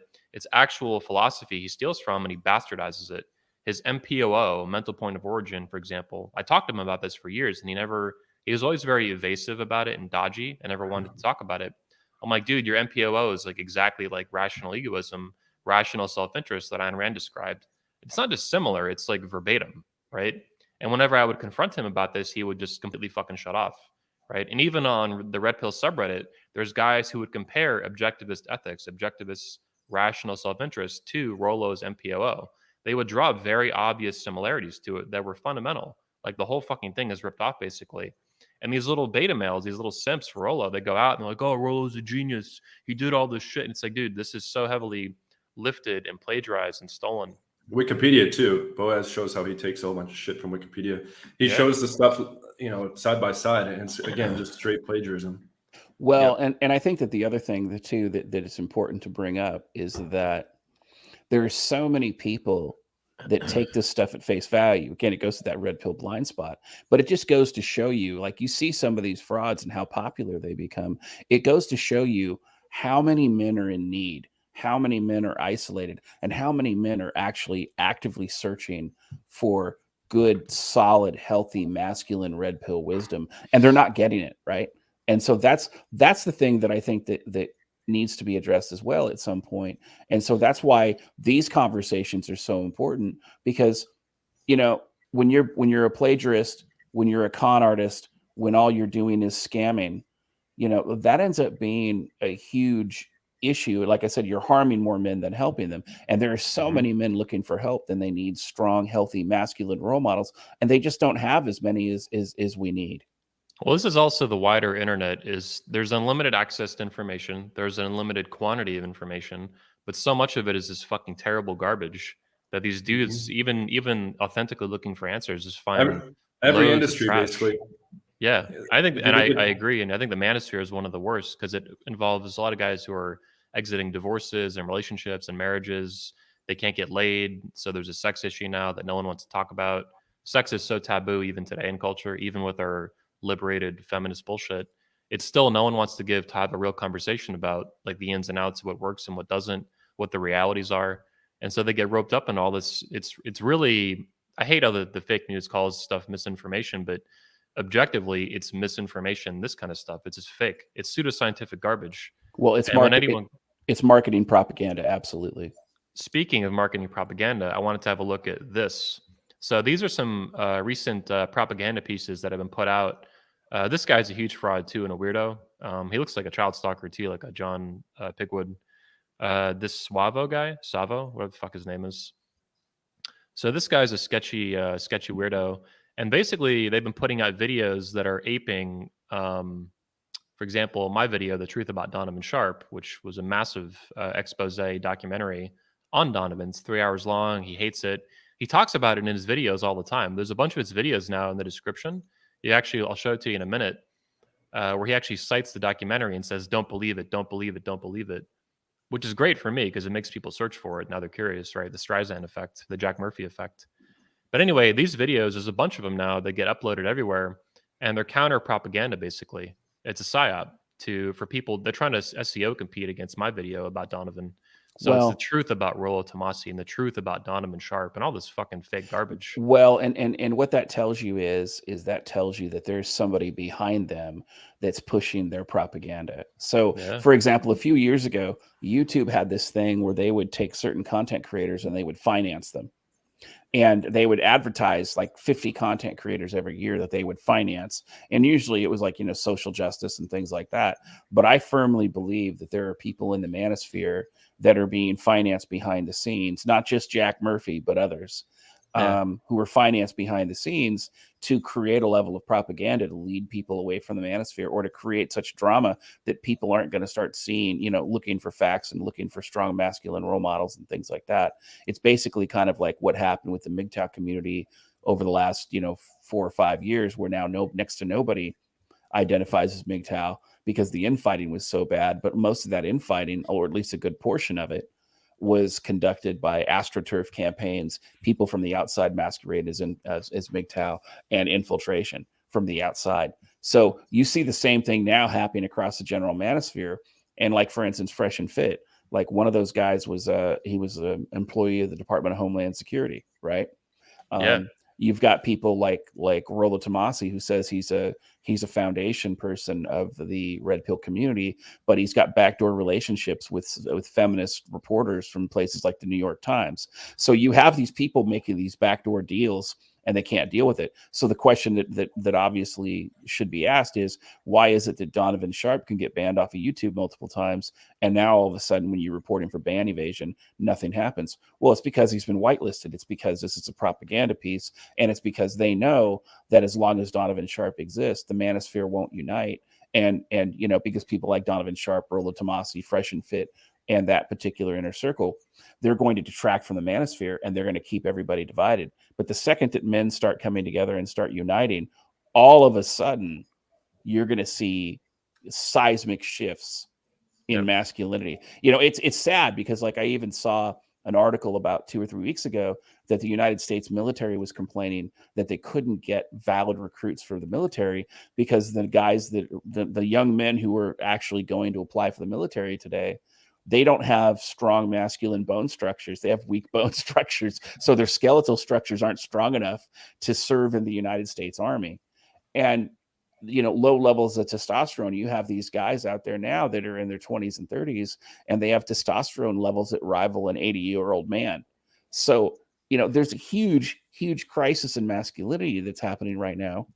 And the only way to combat it is with, common sense red pill truths. Go to the gym, do resistance training, eat red meat, eat, valid protein other than some man's cock, those types of things, right? You have to be able to absorb that knowledge and wisdom that's been passed around for the generations. And they're really making a full court effort to prevent that from happening with all these little, they're basically trying to reframe these public service announcements we're making. They're trying to reframe them as internet beefs so nobody pays attention. Yeah, and they're not beefs. Like, I really had, number one, Donovan started this crap with me, and that's not irrelevant, but ultimately it's not why I did my documentary. It's because the truth needed to be told and it needed to be exposed. Him attacking me gave me a good window because I know he would personalize it anyway, right? So I try to stay ahead of it. But yeah, it's about the issues. It's about him lying to his audience. It's about him lying to the manosphere. Donovan Conovan has lied, just like Fresh and Fit, to millions of people, millions of men in the manosphere, right? Not just on YouTube, but in our community. And no one calls this shit out. And it's just pathetic to me. And it needs to, I'm an anti-fraud universally. I hate Christian frauds, like these women who want to be pastors and priests and preachers and shit. I'm not a Christian, but it's aggravating to me and annoying. And if I can help guys like Michael Foster and Jesse Lee Peterson and whatever, and whoever else, these Christians, expose these frauds, that's good. I hate fraud. Fraud's bad no matter if it's in the manosphere or some other industry or whatever. I just fucking hate it. I hate it philosophically too, because we live in reality, is my view, right? I live in reality, you live in reality. It doesn't matter whether you agree or not, you do. This to me is a fact of existence. And frauds are anti-reality. They have to fake everything. It's fake results and fake lays and fake women. And, Donovan, for example, Conovan, lying about, as we showed in the example, the intro video, he's admitted to faking for his audience, faking them about his wife's age, misleading his audience. He created this fake illusion that he dated this hot 10 stunner who is younger than him by 7 years or something. In reality, she's a year older than him. It is a nasty old fat woman. It's like what Owen Cook menopause. said. Oh, one of the hottest girls ever. It turns out to look disgusting. Yeah, exactly. And it's just fake. But everyone hears that and they're like, wow, he's so cool. Yeah, which amazes me at the level. There's a lack of skepticism that these guys have to say, if someone makes a claim, when someone makes a claim to me, generally you need to prove that claim, show evidence of that claim. Otherwise, I'm going to dismiss it as easily as you presented it. This to me is a pretty logical and reasonable way to live. These guys don't do that. They hear Donovan says, I fuck tons. number one, he can't prove it. Number two, he never has. Number three, if you look at the woman he married, right, private married or whatever, she's a fat sweat hog. I mean, literally, this shit's disgusting. She's a 2, right? In America, she's like a 2 or a 3, and worldwide, I would He's say saying she's hard. He's saying hard 9. Yeah, I mean, I think she's a hard 9, which is insane. I mean, this to me on a worldwide sexual marketplace scale is probably a 1, right? Let's just call it what it is. It's a big nasty woman, and he pretends like she surrendered control and submitted to me. Even that's not true. Even that is all fake. He jokes about her in his Patreon. You can go check it out. Just search blue ball. How she blue balls him and controls him, and controls the sex and controls the relationship, which even in Donovan's own pretend worldview is pretend philosophy, red pill shit. This is like very blue pill beta shit in the extreme, overt, obvious, 100% blue pill beta shit. That's his life. That's what gets me too. Is these guys are so hypocritical. Yeah, where they say like, don't get married, they get married. Don't date girls that aren't hot. They date ugly girls or marry ugly girls, and they're living a life that's totally sweat hogs. What they're saying online. This is a war pig, man. Well, they're living a lie. And honestly, maybe the hard 9, when he says it's a hard 9, maybe he's speaking German. Maybe it's a hard no. No, it's a 9. No, she is a 9 on a scale of 1 to 100, as MGTOW Dictionary said. A scale of 1 to 100, she's a 9. That's fine. I would agree with that. But he's saying 1 to 10, obviously. He actually says she's a 9 or better, it's just, and this is, I think what guys don't realize is one of the most effective ways to lie is to not lie a little bit, it's to lie a lot. To exaggerate it, when she's a 1 or a 2, you exaggerate it to being almost a 10, right? So the lie is so extravagant. These guys he don't could be telling himself that too. I mean, you think he he probably believes that to some degree. Like he does think she's hot because he's retarded in a beta. Like it's a fucking loser. And I've noticed this in the POA community, not just with Donovan, but the Manosphere for the 16 years since I've been in it, since 2005. Guys are always bumping their numbers, right? Yeah. If a girl is objectively a 5, he calls her a 7. This was even in the 2008, or even he'll say she's an 8. It's like, no, dude, she's a fucking 5. Like, and I think one of the reasons is, my theory is that when a guy is like beta and can't get girls and just can't talk to women, whatever the case is, the specifics of it are, they have a ceiling of a 10. And the 10 is the hottest girl they could possibly get on the best day of their life with their game at an absolute maximum. So if that's a 5 for them, or a 6 is the ceiling, then a girl who's a 4 is now an 8. You know what I mean? So I think they set it's relative. They set a personal ceiling. But they also want to sound cooler. Guys want to sound cooler all the time. For sure. Yeah, and it's sick. But yeah, I think it's the extreme nature of the lie is what makes it believable to these guys. They just don't doubt it. It's like, oh, he said he bangs 9s and 10s. He must bang 9s and 10s. It's like, no, he actually bangs 2s. And let's be honest, right?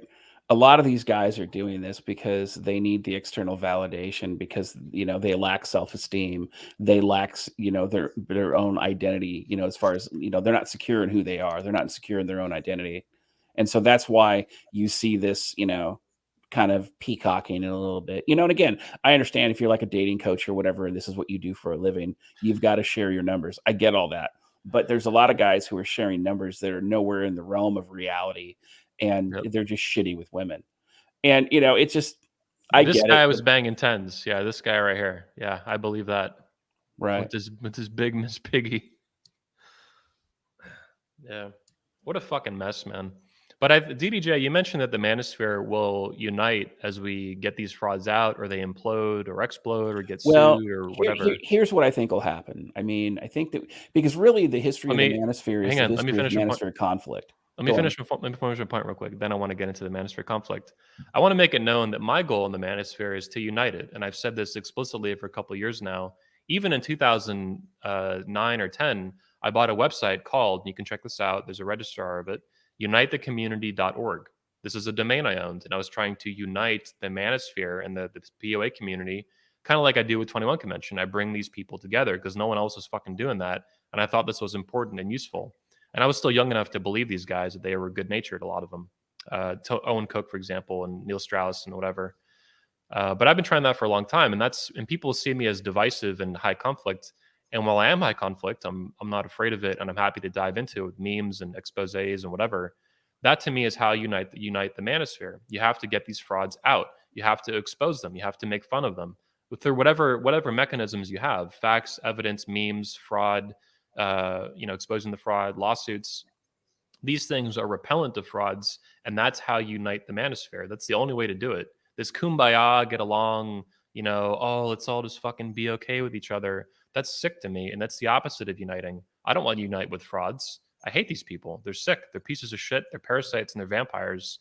And unless and until they repent and own their fraud explicitly and clearly and completely change course, then I'm not okay with them. And they're never going to do that, obviously.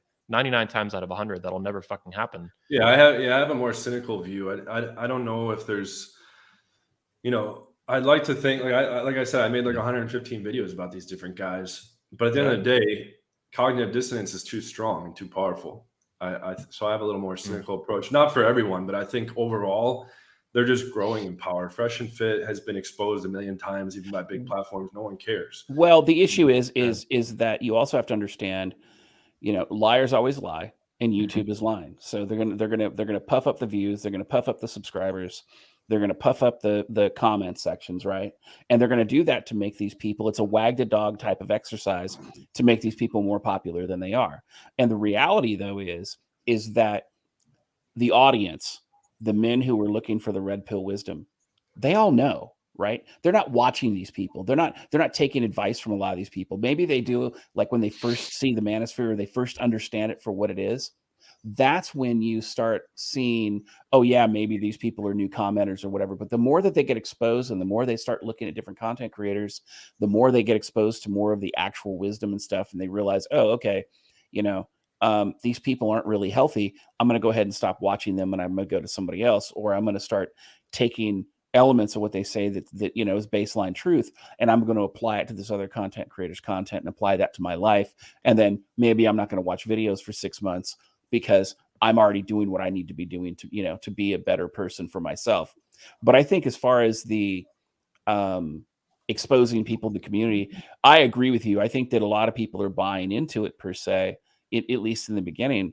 But you can't red pill somebody who's not ready to be red pilled. You can't force somebody to say, look, this will help you, right? It's like the whole, you can lead a horse to water, but you can't make it drink. It's the same concept here. People aren't necessarily ready for this because they come from broken homes. They don't have any positive male role models. Maybe they were physically or sexually or emotionally abused as a child. And what happens is that a lot of these content creators, they don't actually take into account the emotional toll that a lot of the men we're trying to help go through. And so whenever you talk about, the emotional elements, all of a sudden, unless it's Rollo and he's trying to plagiarize somebody, nobody's ever talking about that except for people like us. But that said, I think at the end of the day, we're going to see, number one, we're going to see these frauds go away as they fade. We'll see new ones come up. And that's just the nature of the beast. But I also think that the viewers, especially the ones watching this video, they're far more sophisticated than they used to be. So for example, and you see this in the mainstream too. So like in 2017, I remember conversations I was having in the MGTOW community that was considered esoteric knowledge that even most of the manosphere really didn't talk about. We fast forward to 2021, early 2022, and some of those concepts are being talked about by Tucker Carlson, or they're being talked about by mainstream media personalities. Now, obviously, they're not going into some big diatribe about how they saw some dating coach say this, or they saw some manosphere person say this, but they know that the knowledge and the wisdom is there, and it's permeated all aspects of society. And so the men who are following this stuff now are far more savvy, and they're far more knowledgeable in general than say the guys in 2010, 2012, and that era. So that kind of gives me hope as far as where things are going to go. But the reality is that I think the most important thing we can do to help men is to teach them to think critically, teach them to use their deductive reasoning, and to prevent them from self-isolating. So when they do need the dating coach help, and they've objectively said, okay, I've gotten to a plateau, they can go to somebody like John Anthony. Or if they do need some red pill reinforcement and they want to listen to multiple tribes of the Manosphere, maybe, and they want to go travel somewhere, they can go to the 21 convention. Or if they want, some legal help, they can go to the legal people who can deal with it, whether it be on Facebook or wherever else it is. And that leads me to my final point is that while YouTube is extremely relevant still today, we all need to be embracing alt tech, because there's a lot of really good voices on alt tech, on Gab, on Minds, on BitChute, on Odyssey, on Rumble, who they're making content exclusive to those platforms. And, the message isn't being gotten out because everybody's afraid of these platforms. So just be careful, think for yourself, and, make the best decisions you can make. But don't blindly trust somebody, because at that point, you're just going to become a red pill NPC. Yeah. I do want to comment.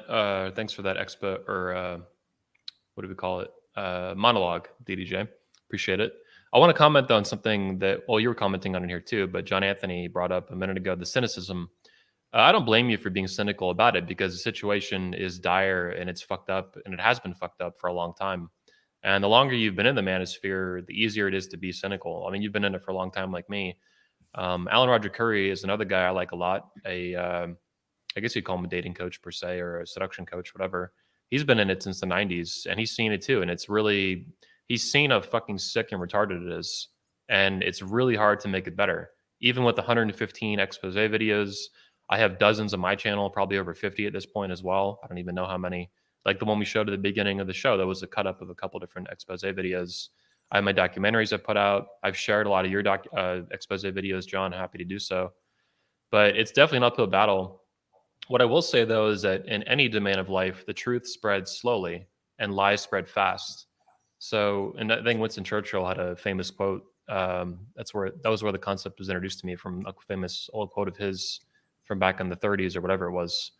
But I think that holds true universally and throughout today as well, and throughout the Manosphere in particular, with this situation, this ongoing fraud situation, that these guys lie, it spreads fast, they get exposed, and it takes a long fucking time for that truth to reach out. And in the meantime, we'll keep growing usually and get more fans and this and that. And it's tough. It's really tough to fight against that. But there's some things that work in our favor. A lot of these guys tend to implode. They blow themselves up. A lot of our exposing with Donovan, for example, was just through his own words that we were able to find and put together into compelling narratives on these videos. And they cause massive damage, like my documentary, to his business. And I'm happy that they do by exposing facts and evidence about his lies that he's told. The fact that video I showed a minute ago on his channel with, his channel and another channel it came out on, let's see. I'm going to pull it up again real quick. This one, the fact that they're still putting these out now, he's fighting. Rolo is probably behind this, to put in Donovan as well. They work together behind the scenes to put out this propaganda, this false propaganda, to try to compete with SEO. They're losing, of course. My shit's still way better on YouTube than theirs. But the fact that they're even doing this a year later after my documentary about Donovan means that Donovan is still bleeding cash. And if you look at his Patreon numbers, I think it shows that. And he's constantly buying subscribers and shit on YouTube and shit. I mean, it's his channel and his reputation are falling apart. It just took a long fucking time. Not a month, not 6 months. It takes like a year, and it just keeps going and going and going. It's like the truth is like poison to these people, basically. And the more you can put it out, the better. Now, Fresh and Fit are a bigger animal, and they're going to take a lot more poison, a lot more facts and evidence to take down. Even with these big channels, it hasn't been enough yet. But I have some ideas. It's definitely not impossible to take them down with facts and evidence. And they might just implode as well. They might just get kicked off YouTube, even with Fed connections. I'm of the opinion of hitting them legally, to be honest. A lot of these guys are doing fraud. They're doing deceptive business practices. They're doing coercive predatory lending. Yep. It goes on and on and on and on. A lot of these guys are evading taxes. Where there's smoke, there's fire. Yep. I know a lot of stuff behind. Even look at Fresh and Fit, the way you just mentioned. They've gone on record saying they're going to remove people's Instagrams. They've gone on record saying they're abusing the YouTube copyright system. They're breaking laws, and they're violating the rules of these platforms explicitly and definitively. Uh-huh. I agree. I agree wholeheartedly. In fact, it's a lot of conversations Anthony and I have had behind the scenes. I've actually called out a lot of these red pill life coaches and said, look, they're providing counseling services to people who are suffering from depression. They're suffering from actual mental health issues. and they're doing so without a license, and it's a crime. And it's just like, providing legal advice without being an attorney. You can go to jail for that. You can get a court Practicing order. medicine, pretending to be a Exactly. doctor. You can go to jail for that shit. Yeah. Exactly. How do you guys feel about Kevin Samuels? I've publicly called him the simp father. I think he is. He recently simped out, sold out to, was it Nicki Minaj or whatever? Or one of those. Someone told me that his whole philosophy is that like it's just money and nothing else. Money is going to determine if you get the girls. Is that accurate? I don't know, to be honest. Well, Kevin Samuels, his audience isn't men. His audience is women. Okay, that's number one. And number two, he's trying to be the Black Dr. Phil. Yep. That's the only thing that's what he's trying to do. His audience is women. It's a drama channel. It's a lot of feminist or feminine arguments. It's emotional arguments, right? It's an appeal to emotions, and he does that because he's trying to be the female shock jock, just like a Dr. Phil type.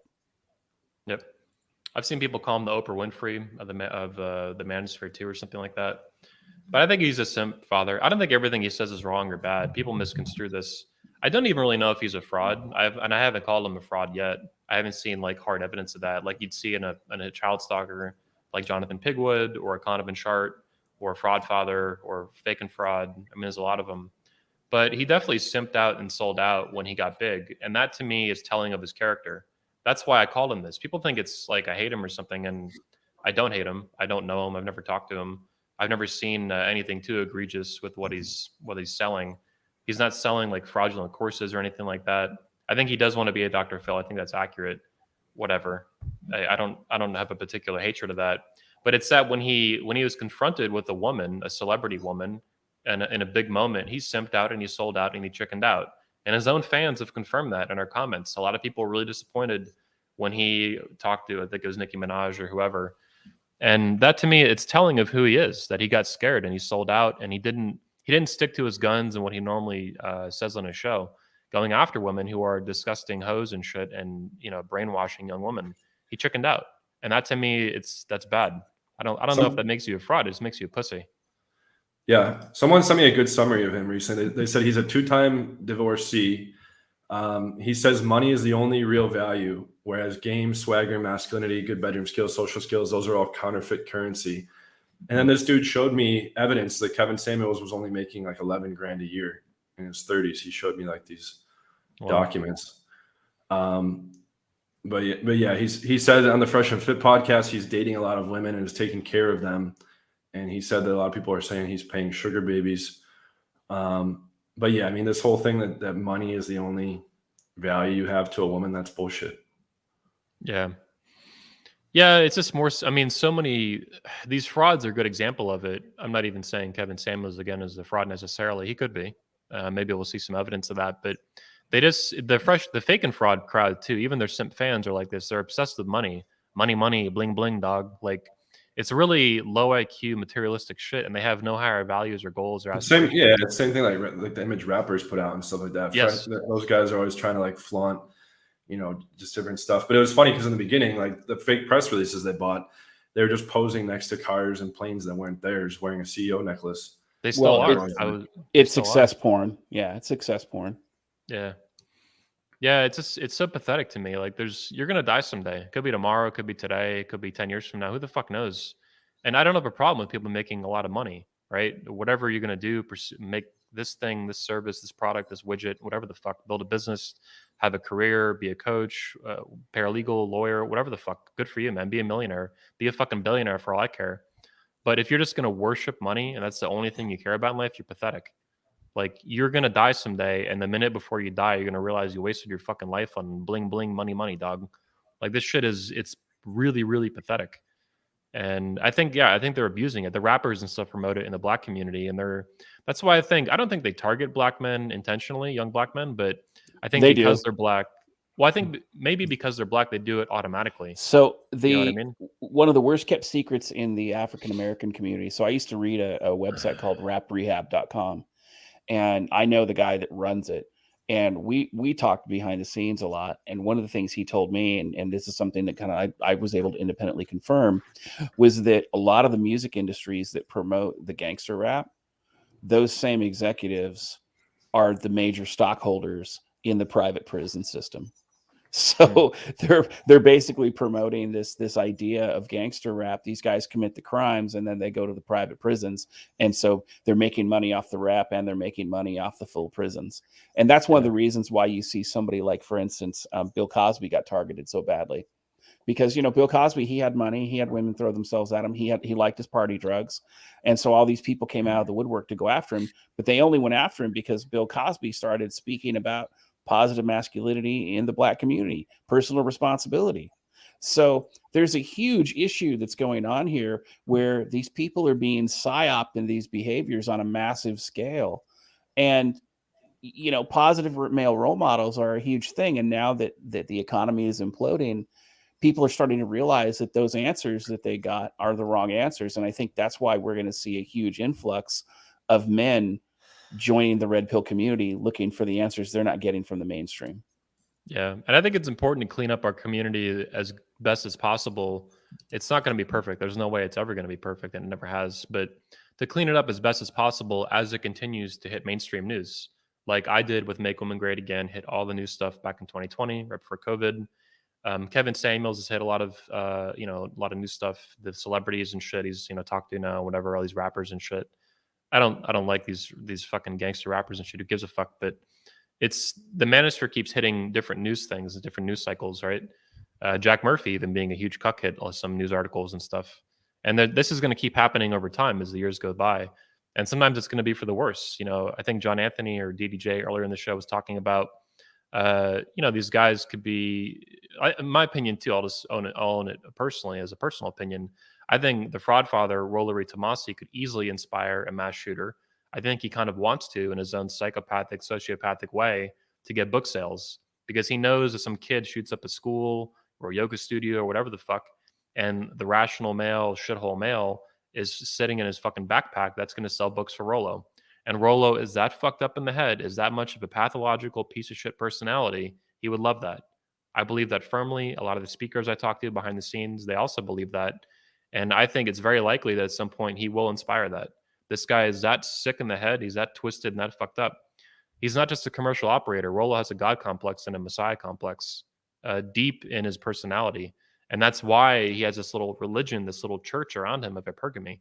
These guys are like enforcers, basically. The Jonathan Pigwood, the Conovan, Richard Cooper, they're enforcers for this hegemony, I think you would call it, of the Rollo pill in that toxic little wing of the Manosphere that hived off from the larger red pill community in like 2017, 2018.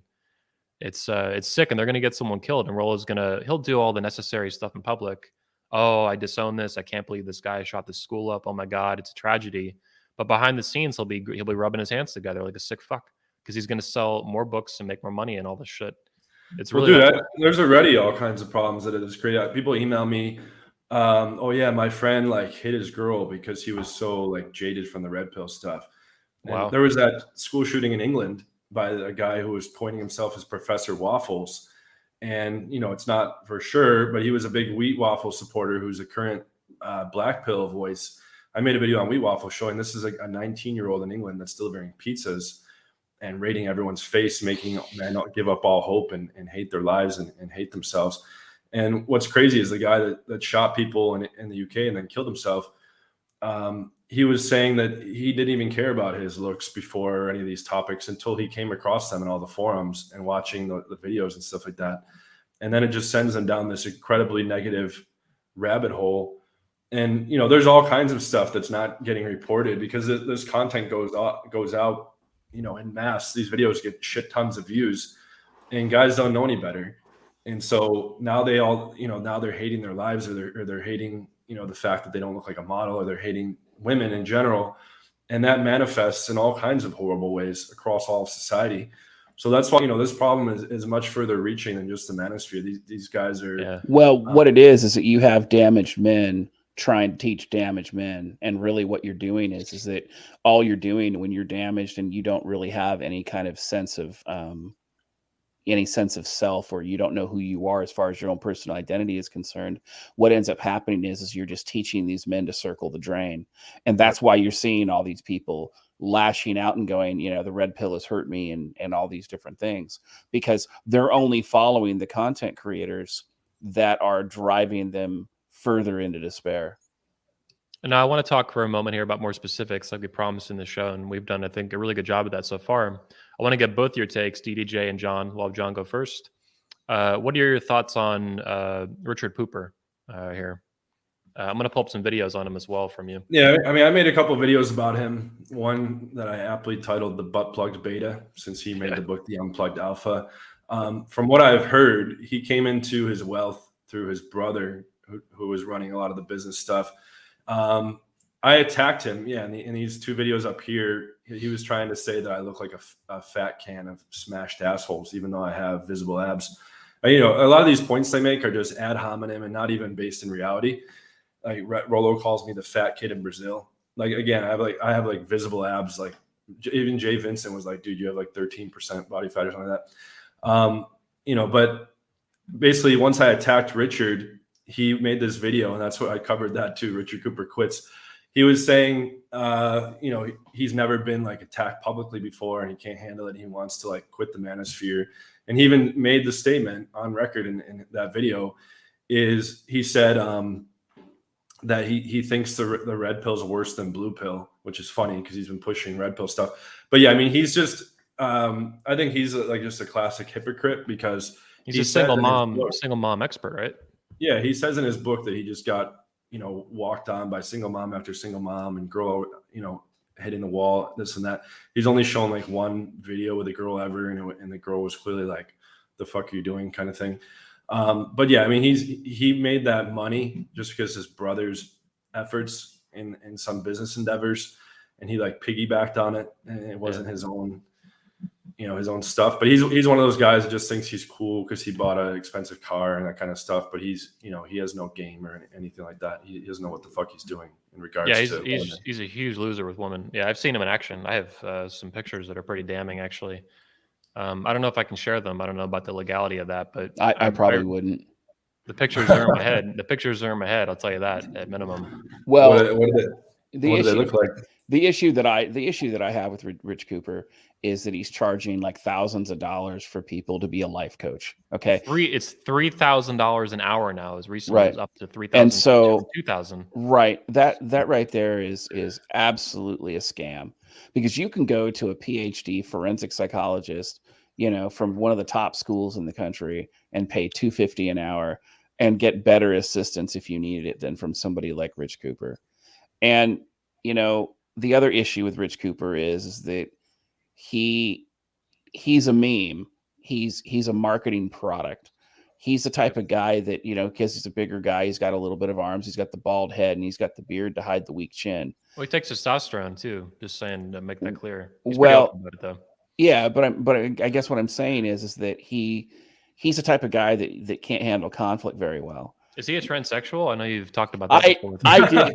Yeah. I called him Needle Rick Cooper. And I showed some transsexual memes, and I was like, found Rich. Yeah, Cooper he can't handle conflict. Like, I was like I think I was maybe the first person that called him out like pretty verbosely, and he went on and was like, I don't want to be in the Manosphere anymore, but he's still here.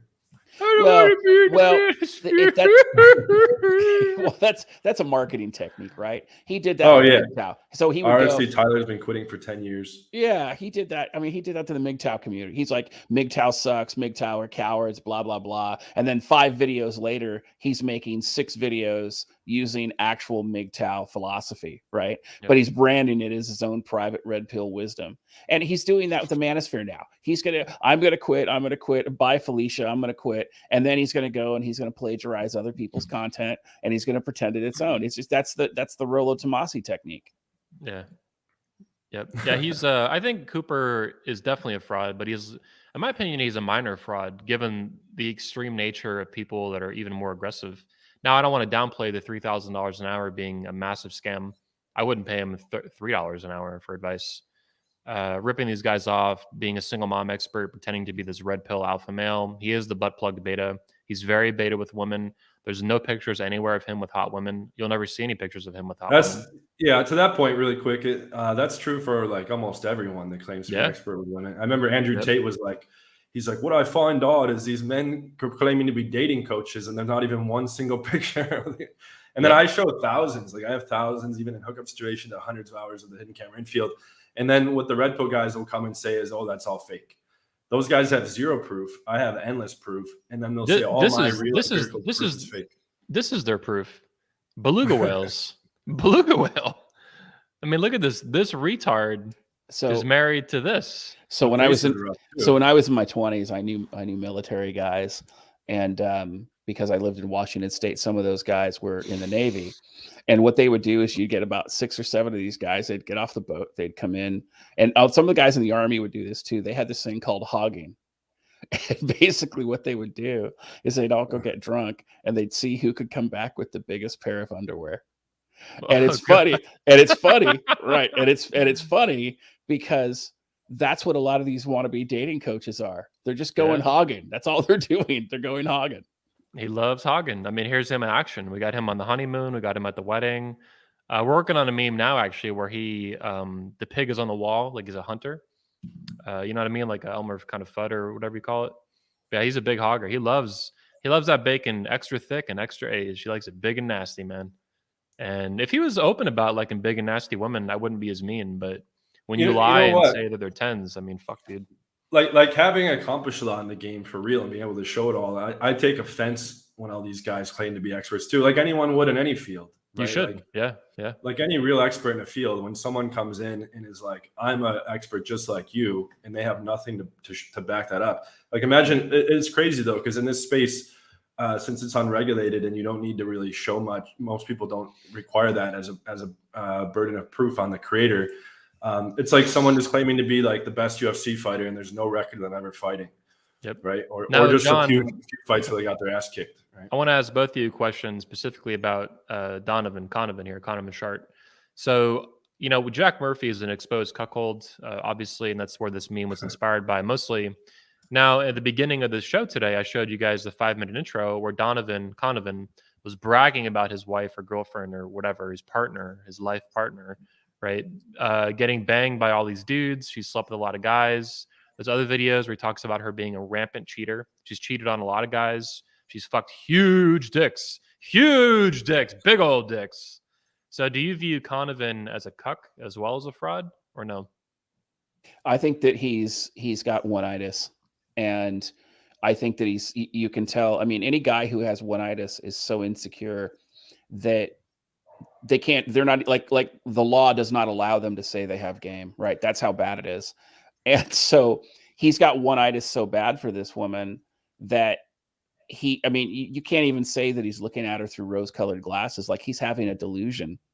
And don't get me wrong. Like I understand that there are guys out there and they've got a woman they've been with for 20 years and she looks like that, you know, but when they got together with her, she wasn't like that, you know, initially. Right. But this is how he's finding them. Like I said, he's going hogging.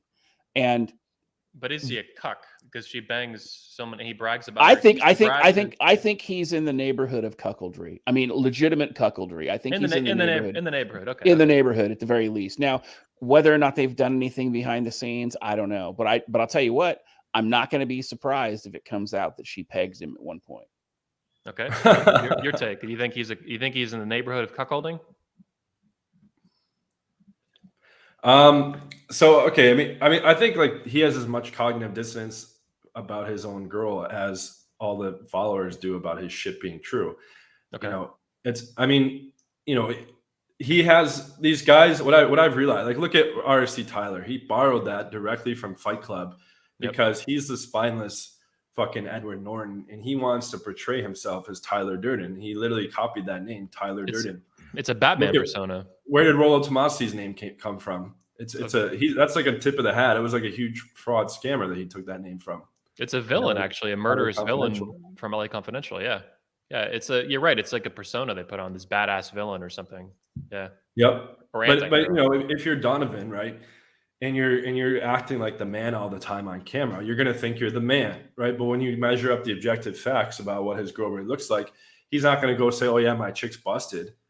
He's gonna keep it, you know, congruent that he's the man. So she's a hard 9, all this stuff. And then he doesn't like that you show the real facts. Oh wait, no, she's not. Right? Just like Owen RC Tyler, they used to try to copyright strike my videos when I would show like, look, here's the truth about this stuff. They usually, try to just censor you in whatever way they can so that people don't know the real facts. Well, it's not too that she's just falls apart. It's not that she's just big and fat and all that stuff. It's that she's really old, which in Manosphere terms, in Donovan's own words, for years he's done, how many hundreds of podcasts and blog posts about this shit, right? Same with Rollo, who's Donovan's little daddy, right? This woman is old and nasty. And if Donovan was even older, then I wouldn't really say anything. But he's not 55 years old or 60 or 65. Donovan is younger than her, and she's older than him, on top of being fat and nasty. Rollo's is Rollo's chick older than him too? Yeah, by about a year. It's the same thing with Donovan. Yeah. Yeah. But I mean, they both married.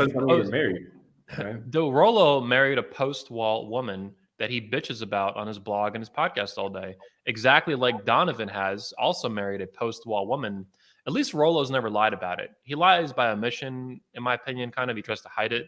But if you press him on this issue, if he was on the news or something, I don't think he would deny that she's older than him and that he married her when she was past the wall of 30. That's his own definition of the wall, right? At least the first wall. You got the 40 wall as well. Donovan's wife is double post wall, I call her. She's past the 30 and the 40 wall. I think she's menopausal. She's about to be 46 years old. I mean, this woman is a heffalump, is an elephant, a war pig. And to call, I mean, he's supposed to be this red pill alpha male. That's his presentation of himself, like you guys are talking about, especially you, John, with this. But his girl is old. Like that, fuck how she looks. She's fucking old. And that is the opposite of young and hot and fertile and eggs and whatever the fuck, right? Like my girlfriend's not old and fat and nasty. And if I would never date a girl who's old and fat and nasty. I would never fuck a girl who's old and fat and nasty. In fact, I've been thinking lately that we need to do an update to the whole Manosphere as a community, that if you fuck a girl who's old and fat, or at least under a 5, right, below the median hotness, your leg count should go down by 1. Not stay the same, not go up. It should go down. It's negative. It's a negative. What fascinates me, like I made a video called "The Ugly Wives and Girlfriends of Dating Coaches," and that's got like almost 100,000 views now. Everyone, some people thought it was distasteful, but I showed their girlfriends and wives, and that's the end product of their, quote unquote skills. And a lot of these girls are objectively below average, and that's not misogynistic. It's not, being an asshole. Like we have circuitry to gauge if a woman is hot or not. Yeah. Physically. And these girls are objectively below average, and they're claiming to be world-class gurus. And this was the final girl they ended up on. That's important too, because if they were just some random loser working at a gas station, I wouldn't really care. It's like, all right, man. Yeah, this isn't just a girl he had a one-night stand with. Well, was drunk. The fraud though, the fraud. They don't just have a random job. They're supposed to be world-class gurus. Right. Well, let me kind of address this too for the guys that are watching here. Nobody's saying that here's the thing. Like, obviously you want to get the hottest girl you can, but if you're in the desert, and if that's a 4, that's okay. Well, right. If you're a 2, but if you're in the desert, sometimes you got to drink some dirty water until you get back to civilization, right? but you're not gonna brag about the dirty water you drank while you were out in the desert. You had to do it. Yeah, you're not gonna marry it. You're gonna find you're basically gonna say, I had to do it to survive. I was gonna die of thirst, right? Yeah. So I drank the dirty water, and then you went back there, right? But if you're a dating coach, that doesn't apply. Yeah. Right. I like the analogy of if a guy, say you were at a make money online conference or just a make money conference, and a guy went up and said, here's my bank account, there's $3 in it. No, I don't have any savings or whatever, and I'm living on the streets. Okay, now let me tell you guys how to make a lot of money, and then like come follow me on YouTube and all that. That's essentially what's going on here, except this is a little secret that these guys don't have game and that these guys can't get chicks. Like just not showing proof, that doesn't make them look bad, but no one cares about that, I guess. So they just trust them about all their claims and stories, right? So it goes back to, why do most coaches not have any pictures with girls? Why do most coaches have zero proof? And then when you dig behind the scenes, here's what they're marrying. They claim they bang 9s and 10s all day, but they're marrying below average girls. That's the best they could do. And then everyone will come to their defense and say, well, that girl must have a perfect personality. Looks isn't everything. Or an even better one, hot girls aren't worth getting in relationships with or marrying. Coming from guys that have no experience dating hot girls, but just have been indoctrinated by red pill nonsense that all hot girls are terrible people. Yeah, there's a lot of really dark propaganda they put out, man. Like it's Michael Foster, actually, the pastor, was talking about this on Tony Bruno's show about a week ago. Pat Stedman, I put out a tweet about it from his newsletter last night. But basically, these black pill guys, some of them anyway, and the red pill retards and the Rolo pill retards, whatever, they have this really negative worldview that they basically don't want to hear the truth. They get triggered. They pretend to be for the truth.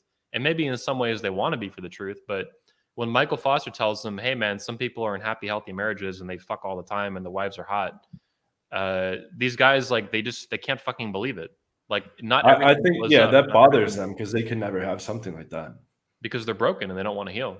Yeah, they don't have to. Yeah, they are. They want that. They could have that in theory. Well, it's physically it's possible to do this, and some people do it, even if it's a dangerous landscape. And let's be honest, right? A lot of these guys in the red pill community who hold themselves out using success porn, whether they're a red pill guy or a PUA coach or whatever, right? These are guys who have no job skills outside of making videos, right? They don't have any, like you said, it's theoretical. They're regurgitating somebody else's knowledge and somebody else's experience. They don't have that for themselves. So they're not successful in life. When they turn the video camera off and they quit recording, they're not successful in life. And because they've never been successful in life, they don't know what that looks like. And that translates into their game if they decide that they're going to talk to a woman. Because I'll tell you what, like, I'm not the most attractive dude, but I have no fear of talking to women at all. And, you know, I can slip if I was gay, I'd fuck you. I'm going to stay away from you for now. I was going to come out there over the summer, but I'm going to stay away from it now. So I don't want to wake up with my ass hurting. Anyway, but yeah, I mean, it's just, but my point is that if you're successful in life and you're self-confident in life and you've got that life experience, you know, that comes across in your videos. That comes across in the content you do. Oh, yeah. And it comes across in your results. That's kind of the silver lining in all this is like I constantly get the feedback when guys watch my stuff. They're like, you seem different than the other content creators. You seem like you actually have done all this stuff. You seem like you actually know what you're talking about. And then like, surprise, surprise, I also have like endless mountains of proof for it. But since I take all these guys on, that's why I had to sue Modern Life Dating, is they retort with low below stuff. They retort with slander. They retort with making fake Reddit posts and fake screenshots, you know, and all this stuff. And then you're fighting like an unfair fight because they're playing dirty and they're just trying to like bury your reputation and discredit you so that your criticisms of their scammy businesses don't have any, you know, backing behind them anymore. But if they can just reduce you to, oh, everything's fake, you know, that's what happened to me last year. They're making fake Reddit posts that we found out there was paid campaigns, paid SEO, paid traffic campaigns to spread lies. How all my results are fake, all the girls are hookers, you know, my girlfriend's a hooker, on and on and on. And Hogwood took it to the extreme, thinking he was untouchable. And at the same time, I was getting threats over email that said, we're going to send someone to your house if you don't delete the Modern Life Dating videos. Well, it's because Pigwood is a deranged little kid. And I know he's like 35 or something, but he's like a retarded. He reminds me of like some retard, like 12-year-old kid who's like hyper aggressive and like he's really fucked up. It's like his mother molested him when he was a kid and he stopped growing at that age or something like that. That to me seems plausible for why his personality is so fucked up. He's even more fucked up than Rolo, which is saying a lot in my opinion. I think him and Owen are probably the most fucked up guys in the Manosphere. I've actually read studies about children of child abuse, and what they all say, you hit the nail on the head there. What they all say is that the children stop psychologically developing at the age in which they were abused. And so you'll see like 30-year-old women with like Disney clothing, right? Yep. Or you know what I'm saying? They have super childlike behavior. You're like, okay, she was probably molested when she was 8. Or you see these guys that run around and they're 45, 50 years old and they're acting like Mr. Tough Guy. And you're like, okay, that guy was probably molested when he was 12 or 14 years old. Right. That's Donovan and that's Rolo, I think, too, to an extent. What's going on there in that picture? That's so... What? I think he's showing. I think that's his Bob has bitch tits moment. Yeah, he has boobs. He sells fitness advice. He sells fitness advice. He promotes fitness stuff, and he's a fat fuck. Like basically, yeah, it's sick. And here's the thing too. Like I'm not trying to diminish anybody who's been abused or assaulted as a child. We can't control that. But the thing is that if you're going to perpetuate that cycle and you're not going to, break that unhealthy psychological cycle, that's a problem. But I'll tell you this right now, if you're going to break the cycle, you're not going to go to a masculine presenting life coach. You're going to go to an actual therapist. So, if you've got those issues and you're somebody out there that has those issues, go seek the professional help. Don't jerk around with some Manosphere fraud who's going to sell you telephone coaching. Yep. All right, guys, it's been over 2 hours. I think it's time to wrap up the show, episode 162 of the Redman Group. I appreciate both of you being on the show today, helping expose some of the more specific details of these frauds, of Manosphere fraud in general, how it kind of works and operates. I hope you guys watching have learned something from the show. Please hit like, subscribe, leave a regular comment, helps the video go viral. Share it on Twitter, Facebook, Gab, Minds, whatever. Help your friends be aware of the show. Make sure you visit missandrytoday.com to learn more about DDJ. And you can learn more about John Anthony on YouTube at John Anthony Lifestyles, or his website, as you can see, is platinumdatingsystems.com. Gentlemen, any last words on Manosphere fraud and where you want to see the community go? Yeah, I'll go first. So, I mean, we're this year. So I have like a new marketing partner that's a pretty big timer. And so, he's always talking about like the truth will set people free and all this stuff. So as we scale up efforts and reach more people, there's nothing can beat the real thing, right? Most guys that start training with my stuff get very good very fast, and that's just going to keep snowballing and snowballing. And at the same time, I'm trying to take on all the guys that are full of shit. But like I made the point earlier, I think that the cognitive dissonance shield is so strong that it's hard to penetrate, and I think that these guys just need to be attacked at the source legally. Class action lawsuits, criminal charges for the guy. There's all kinds of stuff I know that's criminal laws being broken by a lot of these guys behind the scenes, and no one holds them accountable. Yeah. Right. And it's not like I want, single-handedly want to go and put each guy in jail that's breaking laws. But, it seems like not many people care. Right. Because most of the industry is full of shit anyways, to some level, it seems. And like I said, it's the same in every industry. Like look at Jay Vincent. He has like a fully backed fitness system. And I said, how many, on our YouTube interview, I said, how many other creators would you recommend? He's like, just a couple. And he's like, one guy only has like 2K subs. And at that time, Jay only had like 3 or 4K subs, right? So if you're going for fitness advice, what's the odds you're going to find a guy like Jay or the other channel that he recommends, right? I had 2K subs 3 years ago. That's the problem. Is it's kind of like a diamond in the rough. Yeah. And you can't necessarily blame these guys because they just Google for help and they land on some channel and they see a big amount of subs or views. And then they think, okay, this guy must be a real expert. Well, I think part of the problem is the average person, the average man, they kind of want the truth and they kind of don't. What they want, usually more importantly, is to their own pre-existing beliefs to be reinforced. And that's what these frauds give them, right? They might not have an articulate belief, but they're angry about women or this and that. And there might be some justification to that, but also some of it's going to be not. It's going to be them just being emotionally bitchy. It gives them an ideology.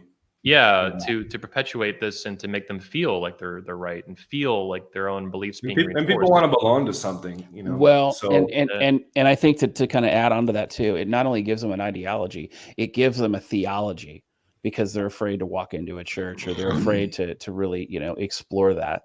And I'm not saying that everybody needs to necessarily go to church or not go to church, but I think that, if you're feeling hopeless, it's a good option. But as far as where I see things are going, people are waking up. The normie sphere is really waking up. The red pill has gone mainstream. And I think what's going to happen is as it becomes more mainstream and as people start seeing this and you see this huge resurgence, I think, there's going to be a lot more conflict coming. But I think once it shakes itself out, I think that the manosphere is going to be a healthier place. And you're going to see a lot of guys incorporate these things into their life. And I agree in that with John, in that if you do the right thing by people, the money takes care of itself. And that's always been my experience throughout my life, and I'm going to be 52 this year. So if you take care of men the best way you can, and you take care of your community the best way you can, the money solves itself. And those people who are so desperate for money that they're charging $3,000 for life coaching, or they're selling a bunch of products at the back end of their multi-level marketing seminar. 70 of them. Or 70 of them. Yeah. And they're selling all those things. Those people are desperate, and they're not there to help you. They're there to separate you from your money, regardless of the shit that comes out of their mouth. They're vampires. They're vampires. Yeah. So with that said, be aware of it. Think for yourself. Learn critical thinking. Learn deductive reasoning. And, call people out. And if you disagree with somebody in this video, call us out too. It's fine. We're men. We can handle it. Yeah. I went on Alex and Playing Fire's channel a couple of times and just let literally random callers attack me and cross-examine me, basically interrogate me on live. It was supposed to be a debate, but a lot of these guys came on like just trying to like air feminist slander narratives or air Manosphere slander narratives about me or whatever. But I kept my composure and retorted to everything and reinforced my positions and all this stuff. And I think everyone should be subject to that. Most of these guys, like Rollo, always shies away from debates. Alex has been trying forever to get. He accuses Alex of working for me, like he's an employee of me. You too, probably. Like he thinks you guys work for me, and that's not the case. You don't work for me. You do your own fucking thing. He can't fathom that he has legitimate criticism, people who want to expose him for being a fraud, independent of me. He knows. The funny thing is these guys know deep down that they're full of shit. Oh yeah, for sure. Yeah. So. But hey, I just want to wrap up the show. Okay, yeah. I appreciate both of you guys being on today. To pitch my own stuff, send me your money. I appreciate it. I'm going to use it to buy hookers and blow. So send me all your money. It's going to be a good time. Go to 21studios.com. You can give us your email for free, and we'll send you spam newsletters 7 days a week, or just every couple days a real newsletter. You can also go to 21studios.com, link in the description, click donate.